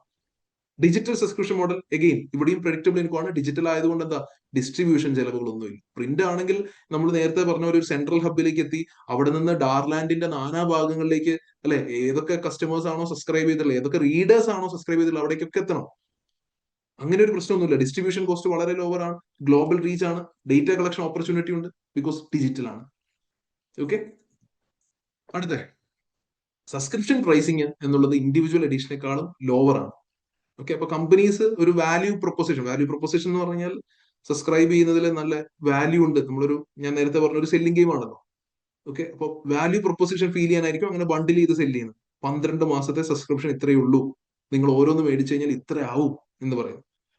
അപ്പൊ ആ പ്രൈസിംഗ് ഒക്കെ ഭയങ്കര ഇമ്പോർട്ടന്റ് കാര്യമാണ്. കാരണം ലൈഫ് ടൈം കസ്റ്റമർ വാല്യൂ എന്ന ഒരു ടേം നമ്മൾ പഠിച്ചതാണ്. ലൈഫ് ടൈം കസ്റ്റമർ വാല്യൂ എന്ന് വെച്ച് കഴിഞ്ഞാൽ ഒരു കസ്റ്റമർ അയാളുടെ ലൈഫ് ടൈമിൽ എത്രത്തോളം മെർസയിലേക്ക് കോൺട്രിബ്യൂട്ട് ചെയ്തിട്ടുണ്ടെന്നുള്ളത്. ഓക്കെ, അപ്പൊ ചിലപ്പോൾ നമ്മൾ ഈ ഒരു ഷോർട്ട് ടേം സെയിൽസ് കൂടെ ഈ വർഷത്തെ പ്രോഫിറ്റ് കൂട്ടാൻ വേണ്ടിയിട്ടോ അല്ലെങ്കിൽ ഈ വർഷത്തെ എന്റെ റവന്യൂ കൂട്ടാൻ വേണ്ടിയിട്ടോ ഉള്ള ആക്ഷൻസ് എടുക്കാതെ, ഷോർട്ട് ടേമിസം എന്ന രീതിയിൽ അങ്ങനെയുള്ള ആക്ഷൻ എടുക്കാതെ പ്രൈസിംഗ് ഒക്കെ ചെയ്യുന്ന സമയത്ത് എന്ത് ചെയ്യാം, ലൈഫ് ടൈം കസ്റ്റമർ വാല്യൂ കൂട്ടുന്ന രീതിയിൽ പ്രൈസിംഗ് കൊടുക്കുക. ഓക്കെ, മേ ബി ഇപ്പൊ നമ്മൾ അങ്ങനെ ഒരു ബണ്ടിൽ ചെയ്യുന്ന സമയത്ത് എന്താ പറയാ, പ്രൈസ് ചിലപ്പോൾ ഭയങ്കരമായിട്ട് കുറച്ച് കൊടുത്തു കഴിഞ്ഞാൽ ആയിരിക്കും ചിലപ്പോൾ ലൈഫ് ടൈം കസ്റ്റമർ വാല്യൂ. കാരണം നമ്മൾക്ക് തന്നെ സംഭവിക്കുന്നതാണ്, നമ്മൾ ഒരു തവണ സബ്സ്ക്രൈബ് ചെയ്ത് കഴിഞ്ഞാൽ എന്താ, ഇത് ക്യാൻസൽ ചെയ്യാൻ പോലും നമ്മൾ മറന്നു പോകും, അല്ലെ? അപ്പൊ അങ്ങനെയൊക്കെ നമുക്കൊക്കെ സംഭവിക്കുന്നത്. അപ്പൊ അതൊരു സൈക്കോളജി കൂടെയാണ്. ലൈഫ് ടൈം കസ്റ്റമർ വാല്യൂ കമ്പനീസിനെ സംബന്ധിച്ച് കൂടും. Then advertising revenue sensitivity to circulation. Okay, print circulation ഇപ്പൊ ഡിക്ലൈനിങ് ആയതുകൊണ്ട് തീർച്ചയായിട്ടും അഡ്വർടൈസേഴ്സിനെ സംബന്ധിച്ച് ആ അട്രാക്റ്റീവ്നെസ് ഒക്കെ കുറയുന്നുണ്ട്, അല്ലെ? സാധാരണ ഇപ്പൊ പ്രിന്റ് ഇപ്പൊ കുറയാണ്, പ്രിന്റ് ബേസ്ഡ് മാഗസിൻസിന്റെ സെയിൽ കുറയാന്നുള്ളത് മെർസയുടെ കേസിൽ തന്നിരിക്കുന്ന അവസാനത്തെ ഗ്രാഫുകളിൽ എവിഡന്റ് ആണ്. പ്രിന്റ് ഭയങ്കര കുത്തനെ വളരെ സ്റ്റീപ്പർ ആയിട്ടാണ് ഫോളോ ചെയ്യുന്നത്. ഇങ്ങനെ വരുന്ന സമയത്ത് അഡ്വർടൈസിംഗ്സിന് ആക്ച്വലി അട്രാക്ഷൻ കുറയും, റൈറ്റ്? നിങ്ങളുടെ അഡ്വർടൈസിംഗ് സൈഡിൽ നിന്നുള്ള റവന്യൂ വളരെ സ്റ്റീപ്പർ ആയിട്ട് ഗ്രോയിങ് ആയിട്ട് കാണാം മെർസയുടെ കേസിൽ താഴെ നോക്കിക്കഴിഞ്ഞാൽ. റീസൺ എന്തായിരിക്കും? മേ ബി അവര് ഡിജിറ്റൽ ഫോക്കസ് കൂട്ടിയത് കൊണ്ടായിരിക്കാം. ഓക്കെ, ബട്ട് അത് കൂടി വരുന്നേ ഉള്ളൂ, സ്ട്രോങ് ഡിജിറ്റൽ ഓഡിയൻസ് ഗ്രോത്ത് കൂടി വരുന്നേ ഉള്ളൂ. അത് വീണ്ടും എവിഡന്റ് ആണ്. എവിടെയാ റവന്യൂ ഇപ്പൊ കുറച്ച് സ്റ്റാഗ്നന്റ് ആയിട്ടാണ് നിൽക്കുന്നത്. ഓക്കെ, അത് നമ്മൾ അവിടെ സംസാരിക്കാം, അവിടെ ആ ഒരു പോയിന്റിൽ എത്തുമ്പോൾ സംസാരിക്കാം, last പാരഗ്രാഫിൽ. Then to increase subscription revenue, it must protect premium content behind paywalls. അടുത്തൊരു സ്ട്രാറ്റജിക് ബാലൻസ് ആണ്, അല്ലെ? നമ്മൾ ഫ്രീ കോണ്ടന്റ് കൊടുത്താലും എന്ത് ചെയ്യാം, പേവാൾസിലൂടെ നമ്മൾ അഡീഷണൽ ഒരു ഇൻകം ഏൺ ചെയ്യാൻ പറ്റും. അപ്പം സോഴ്സ് ഓഫ് റവന്യൂ എന്ന് പറയുന്നതിൽ പേവാൾസ് പറഞ്ഞിട്ടുണ്ടായിരുന്നില്ല. പേവാൾസ് എന്ന് പറയുന്നതിലൂടെ നമുക്ക് വീണ്ടും ഒരു അതർ സോഴ്സ് ഓഫ് റവന്യൂ ആണെന്നുള്ള മനസ്സിലാക്കാം. Next one, expenditures. എന്തൊക്കെയാണ് ഈ ഒരു ഇൻഡസ്ട്രിയിൽ നോർമൽ P&L എക്സ്പെൻസ് ആയിട്ട് വരിക? ഫസ്റ്റ് വൺ, പേപ്പർ കോസ്റ്റ് ആണ്. Publishers use external suppliers to supply paper for print-based magazine. They often purchase the paper in bulk and enter into long-term supply agreements with the paper suppliers. Publishers, മെർസേ പോലെയുള്ള publisher external ഒരു third party സപ്ലയറുടെ കയ്യിൽ നിന്ന് bulk ആയിട്ട് paper എടുക്കണം. Usually അങ്ങനെയാണ്. എന്നിട്ട് long term agreements ഉണ്ടാവും, നമ്മുടെ പ്രൈസ് ഇത്രയാണ് ഇരിക്കണം എന്നുള്ള രീതിയിലൊക്കെ. ദെൻ അടുത്തത് printing cost. Publishers either print the magazine themselves which Mersa is doing, അല്ലെങ്കിൽ എന്ത് ചെയ്യാം, പ്രിന്റ് ചെയ്യാൻ വേണ്ടിയിട്ട് മറ്റ് പ്രിന്റിംഗ് ബിസിനസ്സുകൾക്ക് കൊടുക്കാം, ഓഫ്സെറ്റ് പ്രിന്റിംഗ് ടീംസിന് കൊടുക്കാം. അപ്പോൾ അങ്ങനെ ഒരു കോസ്റ്റ് വരും, പ്രിന്റിംഗ് കോസ്റ്റ് വരും. ദെൻ പ്രിന്റ് ബേസ്ഡ് മാഗസിന്റെ ഡിസ്ട്രിബ്യൂഷൻ കോസ്റ്റ്. ഇത് പ്രിന്റ് ബേസ്ഡ് മാത്രമേ വരത്തുള്ളൂ, ഡിജിറ്റൽ മാഗസിന് ഡിസ്ട്രിബ്യൂഷൻ കോസ്റ്റ് ഉണ്ടോ? ഇല്ല. പ്രിന്റ് ബേസ്ഡ് മാഗസിന് മാത്രമേ ഉള്ളൂ ഇങ്ങനെ ഒരു ഡിസ്ട്രിബ്യൂഷൻ കോസ്റ്റ്. എന്താ? പ്രിന്റ് ചെയ്ത് കഴിഞ്ഞാൽ this magazines are send to subscribers and retailers. Publishers may operate distribution centres. ചിലപ്പോൾ പബ്ലിഷേഴ്സ് എന്ത് ചെയ്യുന്നുണ്ടാവും, എല്ലാവർക്കും ഉണ്ടാവണമെന്നില്ല, ഡിസ്ട്രിബ്യൂഷൻ സെന്റേഴ്സ് ഉണ്ടാവും അല്ലെ. അത് ആ ഡിസ്ട്രിബ്യൂഷൻ സെന്റർ ഒന്ന് പ്രോപ്പർലി ഒന്ന് റൺ ചെയ്യാൻ വേണ്ടിയിട്ട് വീണ്ടും കോസ്റ്റ് വരുന്നുണ്ട്. അവിടെ ഒരു റെന്റൽ കോസ്റ്റും കാര്യങ്ങൾ ഇൻകർ ചെയ്യുന്നുണ്ട്. മാഗസിൻ പ്രിന്റ് ചെയ്ത് കഴിഞ്ഞാൽ പ്രിന്റിംഗ് ലൊക്കേഷനിൽ നിന്ന് ഡിസ്ട്രിബ്യൂഷൻ സെന്ററിലേക്ക് നമ്മൾ വെഹിക്കിൾ ആൻഡ് ട്രാൻസ്പോർട്ടേഷൻ കോസ്റ്റ് വരുന്നുണ്ട്. അവിടെ നിന്ന് വീണ്ടും ഇൻഡിവിജ്വൽ സബ്സ്ക്രൈബേഴ്സിന് പോസ്റ്റേജ് കോസ്റ്റ് വരുന്നുണ്ട് അല്ലെ. ഓരോരുത്തരുടെ വീട്ടിൽ കൊണ്ട് ഡെലിവറി ചെയ്യാൻ നമ്മളെ കൊണ്ട് പറ്റാത്തത് നമ്മൾ പോസ്റ്റൽ സർവീസ് ആയിരിക്കും അഡോപ്റ്റ് ചെയ്യുന്നുണ്ടാവും. ഓക്കെ. ഇനി ഒന്നിച്ച് റീറ്റെയിലേഴ്സിന്റെ അടുത്തേക്ക് കൊടുക്കുകയാണെങ്കിൽ അത്രയധികം മാഗസിൻസ് അവിടെ പോസ്റ്റൽ സർവീസ് ചിലപ്പോൾ വയബിൾ ആയിരിക്കണമെന്നില്ല. റീറ്റെയിലേഴ്സിന്റെ അടുത്ത് കൊണ്ടുപോകാൻ എന്തുവരും, വെഹിക്കിൾ ആൻഡ് ട്രാൻസ്പോർട്ടേഷൻ കോസ്റ്റ് തന്നെയായിരിക്കും വരുന്നുണ്ടാവും. അപ്പൊ കഥ പിക്ചർ കിട്ടിയിട്ടുണ്ടെന്ന് വിചാരിക്കുന്നു. Then employee salaries include salaries of authors and editors. വേറെ ആരൊക്കെയായിരുന്നു? അഡ്വർടൈസിംഗ് ഉണ്ട്, മാർക്കറ്റിംഗ് ഉണ്ട്, IT ഉണ്ട്, administration including management, board of directors ഒക്കെ സാലറി ഉണ്ട്. ഫ്രീലാൻസ് ഓതേഴ്സിന്റെ ഫീസ് ഓരോ ഐറ്റത്തിനാണെന്നുള്ളത് നമ്മൾ ഓൾറെഡി ഡിസ്കസ് ചെയ്താണ്. Technology running cost. ഇത് മെർസയുടെ കേസിൽ മാത്രമല്ല, ഞാൻ വീണ്ടും പറയാണ്, മെർസയുടെ കേസിൽ ഇതൊക്കെ ഇൻഡസ്ട്രിയുടെ കാര്യങ്ങളാണ്, മെർസ സ്പെസിഫിക് ആയിട്ടുള്ള കാര്യങ്ങൾ താഴേക്കാണ് വരുന്നത്. These include technology necessary for production of print based magazine and to support digital material. അതായത് ഇപ്പൊ പെട്ടെന്ന് നോക്കുമ്പോൾ പ്രിന്റ് ബേസ്ഡ് മാഗസിൻ ഉണ്ടാക്കാൻ എന്ത് ടെക്കാ വേണ്ടേ അല്ലെ. അവിടെയും നമ്മൾ ഡിസൈൻ ചെയ്യുന്നുണ്ട്. ഡിസൈൻ ചെയ്യുന്നത് സിസ്റ്റം ഉപയോഗിച്ചിട്ടായിരിക്കും അല്ലെ. കോണ്ടന്റ് അറേഞ്ച് ചെയ്യുന്നതൊക്കെ അല്ലെ, പ്രിന്റ് ചെയ്യാൻ വേണ്ടിയിട്ട് തീർച്ചയായിട്ടും ഒരു ടെക്നോളജി, പ്രിന്റിംഗ് മെഷീൻ ടെക്കാണ്. ഓക്കെ. അതേപോലെ ഡിജിറ്റൽ മെറ്റീരിയൽ, ഇപ്പൊ ടെക്നോളജി കോസ്റ്റുകൾ വരുന്നുണ്ട്. Cost may include fees paid to a third party supplier who provides a digital publishing platform. നേരത്തെ പറഞ്ഞു. Technology cost also include cost of operating publishers on administration accounting system. Accounting system software ആയിരിക്കും, accounting software ഉപയോഗിക്കുന്നുണ്ടാവും, ടെക്കാണ് അല്ലെ. അപ്പൊ ഇത്രയും technology ഉപയോഗിക്കുന്ന ഒരു ഫേം എന്ന നിലയിൽ നമ്മൾ NCCP ഒക്കെ ക്വസ്റ്റ്യൻ ചെയ്ത സമയത്ത് കണ്ടതാണ് അല്ലെ. ഇവര് വളരെ ബേസിക് ടെക് ഉപയോഗിച്ച സമയത്ത് പോലും സൈബർ സെക്യൂരിറ്റി അല്ലെങ്കിൽ ഹാക്കേഴ്സ് ഇഷ്യൂ ഒക്കെ ഉണ്ടായിട്ടുണ്ട്. അപ്പൊ ഇവിടെ നമുക്ക് എന്തായാലും ആ ഒരു ഇഷ്യൂ ഒക്കെ വളരെ എവിഡന്റ് ആണ്. അങ്ങനെ ഒരു സൈബർ സെക്യൂരിറ്റി സിനാരിയോ ഒക്കെ വളരെ ഈസിലി ചെയ്യാവുന്നേ ഉള്ളൂ. നമ്മുടെ കോണ്ടന്റ് അതൊരു റിസ്ക് ആയിട്ട് മുന്നോട്ട് പറയുന്നുണ്ട്. Then office promises cost. വളരെ വലിയൊരു ഓഫീസ് സ്പേസ് നമുക്ക് വേണ്ടതായിട്ട് വരും. And may also operate on multiple sites. Okay. ഇനി എന്തൊക്കെയാണ് ഈ ഒരു ഇൻഡസ്ട്രിയുടെ കോസ്റ്റ് സ്ട്രക്ചറിന്റെ പ്രശ്നം പറയാനാണെങ്കിൽ, first one high fixed cost ആണ്. എംപ്ലോയി സാലറീസ് മാത്രമല്ല, ഓഫീസ് പ്രിമൈസസ്, ടെക്നോളജി, പിന്നെ ഇൻഹൗസ് പ്രിന്റിംഗ് ഒക്കെ ഇല്ലാന്നുണ്ടെങ്കിൽ ഇതൊക്കെ ഒരുപാട് ഫിക്സഡ് കോസ്റ്റ് വരുന്ന ഒരു കാര്യങ്ങളാണ്. Then long term supply contract. ഇപ്പൊ നമ്മുടെ ഒരു സപ്ലയറുമായിട്ട് പറഞ്ഞു, ഞങ്ങൾ ഇത്രയും പേപ്പേഴ്സ്, ഇത്ര ടൺ ഓഫ് പേപ്പർ മേടിച്ചു കൊള്ളാം, അങ്ങനെയാണെങ്കിൽ ഇത്ര പ്രൈസ് എന്നുള്ള രീതിയിൽ 5 years 8 years എന്നുള്ള രീതിയിൽ ലോങ് ടേമിലേക്കായിരിക്കും സപ്ലൈ കോൺട്രാക്ട്സ് വെക്കുന്നുണ്ടാവുക. അപ്പൊ പ്രിന്റ് ബിസിനസ് ഇപ്പൊ ഡിക്ലൈനിങ് ആയിട്ട് പോലും ചിലപ്പോൾ നമുക്ക് എന്ത് ചെയ്യേണ്ടി വരും, നമുക്ക് വീണ്ടും ഈ പേപ്പേഴ്സ് മേടിക്കേണ്ടി വരും. ബിക്കോസ് ഓഫ് ദ കമ്മിറ്റ്മെന്റ്, ഈ മിനിമം പർച്ചേസ് കമ്മിറ്റ്മെന്റിന്റെ ഒരു പ്രശ്നമാണത്.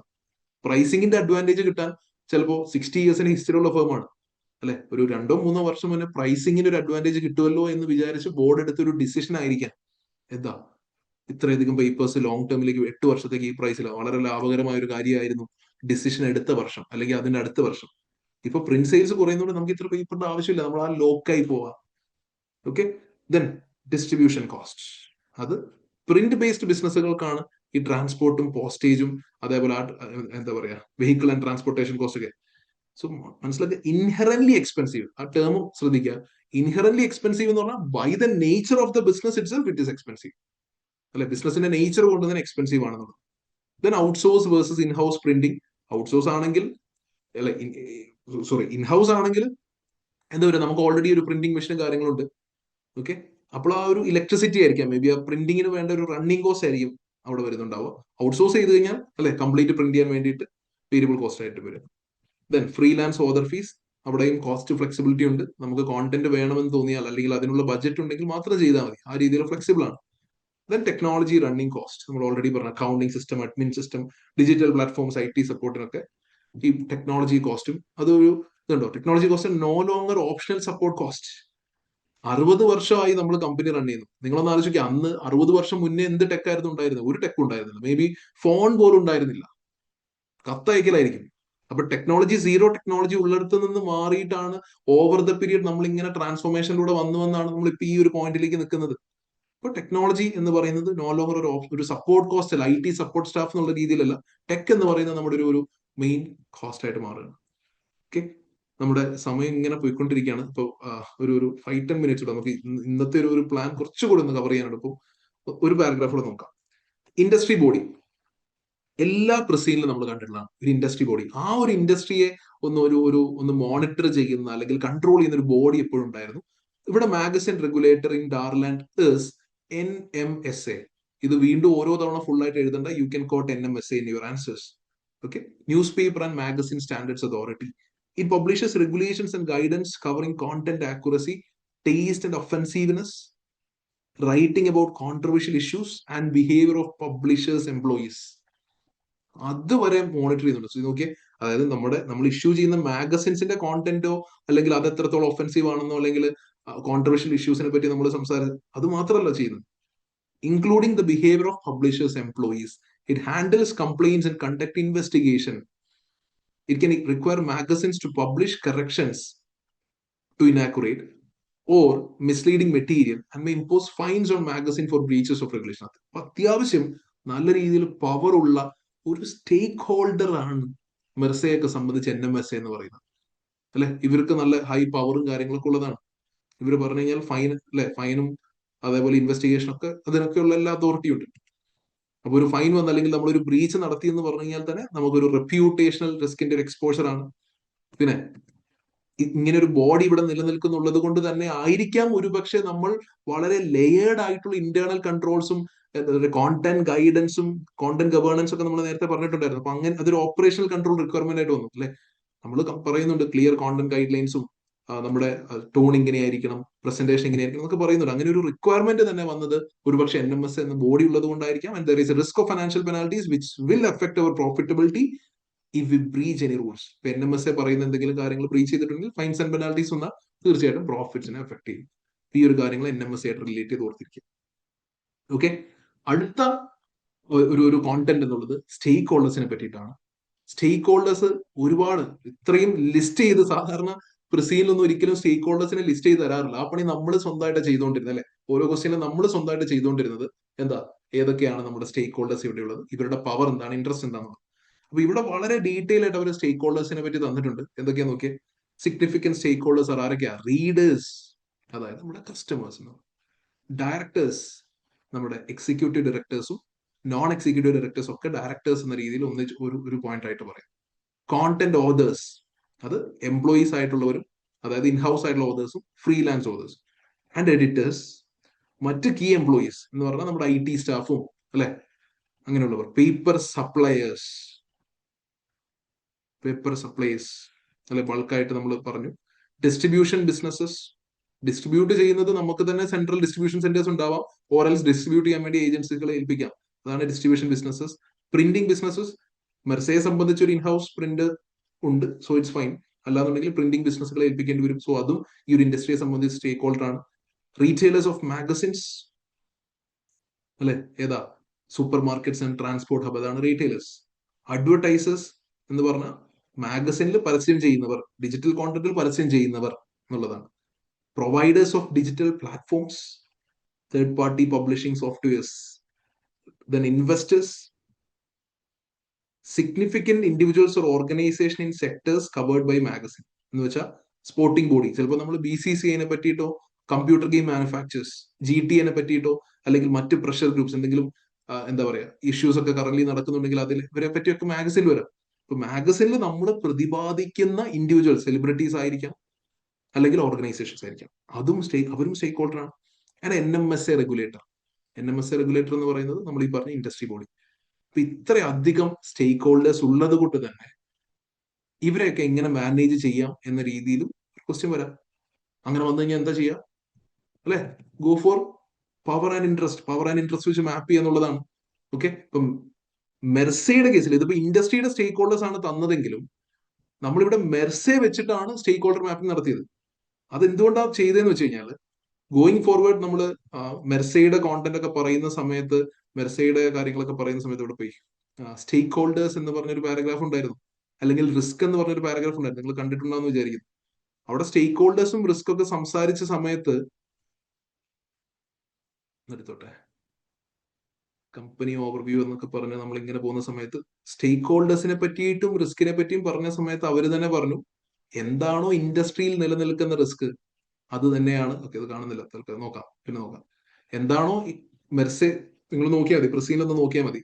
എന്താണോ ഇൻഡസ്ട്രിയിൽ ഏതൊക്കെ സ്റ്റേക്ക് ഹോൾഡേഴ്സ് ആണോ ഉള്ളത് അത് തന്നെയാണ് നമുക്കും സ്റ്റേക്ക് ഹോൾഡേഴ്സ് ആയിട്ട് വരുന്നത്. എന്താണോ ഇൻഡസ്ട്രിയിൽ എക്സിസ്റ്റ് ചെയ്യുന്ന റിസ്ക് അത് തന്നെയാണ് നമ്മുടെ റിസ്ക് എന്ന് പറയുന്നത്. അപ്പൊ അതുകൊണ്ടാണ് നമ്മൾ എന്ത് ചെയ്തെന്ന് വെച്ച് കഴിഞ്ഞാൽ, സ്റ്റേക്ക് ഹോൾഡേഴ്സിനെ പറ്റി സംസാരിച്ചപ്പോൾ തന്നെ എന്ത് ചെയ്തു, മെർസെ റിലേറ്റഡ് ആയിട്ടുള്ള കാര്യങ്ങൾ ഇവിടെ എഴുതി വെക്കുകയാണ്. അതായത് മെർസയുടെ ഇപ്പൊ ഇൻസ്റ്റിറ്റ്യൂഷണൽ ഷെയർ ഹോൾഡർ 60% എന്നുള്ളത് പ്രസീൻ കുറച്ചുകൂടെ മുന്നോട്ട് പോയി കഴിഞ്ഞാൽ മാത്രം നമുക്ക് മനസ്സിലാവുന്ന കാര്യങ്ങളാണ്. പക്ഷെ അതൊരു കീ പ്ലെയർ ആയിട്ട് നമ്മൾ മാപ്പ് ചെയ്ത് കോണ്ടന്റ് എഴുതാനുള്ള റീസൺ ആണ് ഞാൻ പറഞ്ഞത്. എന്തുകൊണ്ടാ, എന്താണോ ഇൻഡസ്ട്രിയിലുള്ള സ്റ്റേക്ക് ഹോൾഡേഴ്സ് അതൊക്കെ തന്നെയാണ് മെർസയുടെ. അപ്പം സെയിം കോണ്ടന്റ് റിപ്പീറ്റേഷൻ വരണ്ടല്ലോ എന്നുള്ളത് കൊണ്ട് ഇൻഡസ്ട്രി സ്റ്റേക്ക് ഹോൾഡേഴ്സിനെ മാപ്പ് ചെയ്യാൻ ഒരിക്കലും എക്സാമിന് ചോദിക്കില്ല. എക്സാമിന് ചോദിക്കുന്നുണ്ടാവും, മെർസെ സ്പെസിഫിക് ആയിട്ടായിരിക്കും. അപ്പൊ അതുകൊണ്ടാണ് മെർസയുടെ സ്റ്റേക്ക് ഹോൾഡേഴ്സിനെ എടുത്തു വെച്ചുകൊണ്ട് സ്റ്റേക്ക് ഹോൾഡേഴ്സിന്റെ ഡിസ്കഷൻ ഇവിടെ ഉള്ളത്. ഓക്കെ, തൽക്കാലം ഇന്നത്തെ ഒരു സമയം അതിക്രമിച്ചത് കൊണ്ട് ഒരു 1 hour പ്ലസ് ആയതുകൊണ്ട് നമുക്ക് we will continue tomorrow. 3 days ആയിട്ടായിരിക്കും കവർ ചെയ്യാം. ഓക്കെ, സോ സ്റ്റേക്ക് ഹോൾഡേഴ്സിന്റെ ഒന്ന് വായിച്ചു നോക്കി, നിങ്ങൾ വേണമെങ്കിൽ ഫ്രീ ആണെങ്കിൽ, ഫ്രീ ആയിട്ട് ഇരിക്കുകയാണെങ്കിൽ ഒന്ന് വായിച്ചു നോക്കിയോ, അല്ലാന്നുണ്ടെങ്കിൽ we will discuss it tomorrow. Okay, thank you for joining guys. എനിക്കറിയാം നോമ്പും കാര്യങ്ങളൊക്കെ ആണല്ലോ, അപ്പൊ അതുകൊണ്ട് കൂടിയാണ് നമുക്ക് ചെറിയ ചെറിയ സെഷൻസ് ആയിട്ട് 3 ദിവസമായിട്ട് പോവാം, സ്പ്ലിറ്റ് ചെയ്ത് പോവാം. ഓക്കെ, സോ എന്താണ് അവസ്ഥ? പ്രസീൻ നോക്കിയിട്ട് കാര്യങ്ങൾ മനസ്സിലാവുന്നുണ്ടോ? ക്ലിയർ ആവുന്നുണ്ടോ? കുറച്ചുകൂടെ ഒക്കെ എക്സ്ട്രാ പോയിന്റ്സ് കാര്യങ്ങളൊക്കെ കിട്ടുന്നുണ്ടോ? ഒന്ന് കമന്റ് ചെയ്യോ.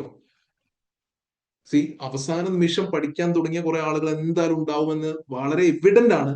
അത് സീസൺ ഒക്കെ ആകുമ്പോൾ അങ്ങനെയാണ്, അത് എനിക്കറിയാം. ഓക്കെ, പക്ഷെ മനസ്സിലാക്കുക, ഒരു പേടിയും നിങ്ങൾ പേടിക്കണ്ട. ഈ പ്രസീൻ കോണ്ടിനെ ബേസ് ചെയ്തിട്ടുള്ള ഡിസ്കഷൻ കാര്യങ്ങളും അത് വെച്ചിട്ട് മുന്നോട്ടുള്ള കാര്യങ്ങൾ നിങ്ങൾ സെറ്റ് ചെയ്യും. ഓക്കെ, പ്രസീനിൽ നിന്ന് മനസ്സിലാക്കിയ കാര്യങ്ങളും ഒരു ഓവറോൾ ഐഡിയ ഉണ്ടാക്കി. കാരണം ഇതിൽ ഓൾമോസ്റ്റ് നമ്മൾ സിലബസുമായിട്ട് റിലേറ്റഡ് ആയിട്ട് കാര്യങ്ങളൊക്കെ പറയുന്നുണ്ട് കുറെയൊക്കെ.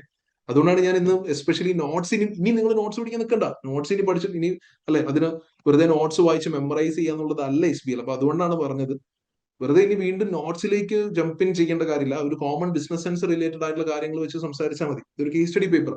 അപ്പൊ അങ്ങനെ സമയം കളയണ്ട. അതിന് പകരം വേണമെങ്കിൽ 1-2 ക്വസ്റ്റ്യൻസ് പ്രാക്ടീസ് ചെയ്യും. ഇതെങ്ങനെയാണ് പരിപാടി എന്നുള്ളത് അറിയാം. ഓക്കെ, ഏറ്റവും അവസാനം പഠിക്കാൻ തുടങ്ങുന്നവരോടാണ് ഞാൻ പറയുന്നത്. Okay, no need to look into notes too much.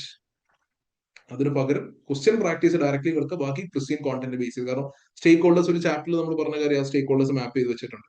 റിസ്കിനെ പറ്റി നമ്മൾ പറയുന്നുണ്ട്, അതും ഇതേപോലെ ചെയ്തിട്ടുണ്ട്. ഓക്കെ, അപ്പൊ ആ രീതിയിൽ കാര്യങ്ങളൊന്നും ചെയ്യാം. So guys, that's it. See you all tomorrow same time. Okay, ഇതുപോലെ ഒരു 1 hour 10 minute സെഷൻ ആയിരിക്കും. Thank you so much for joining. Will see you all tomorrow.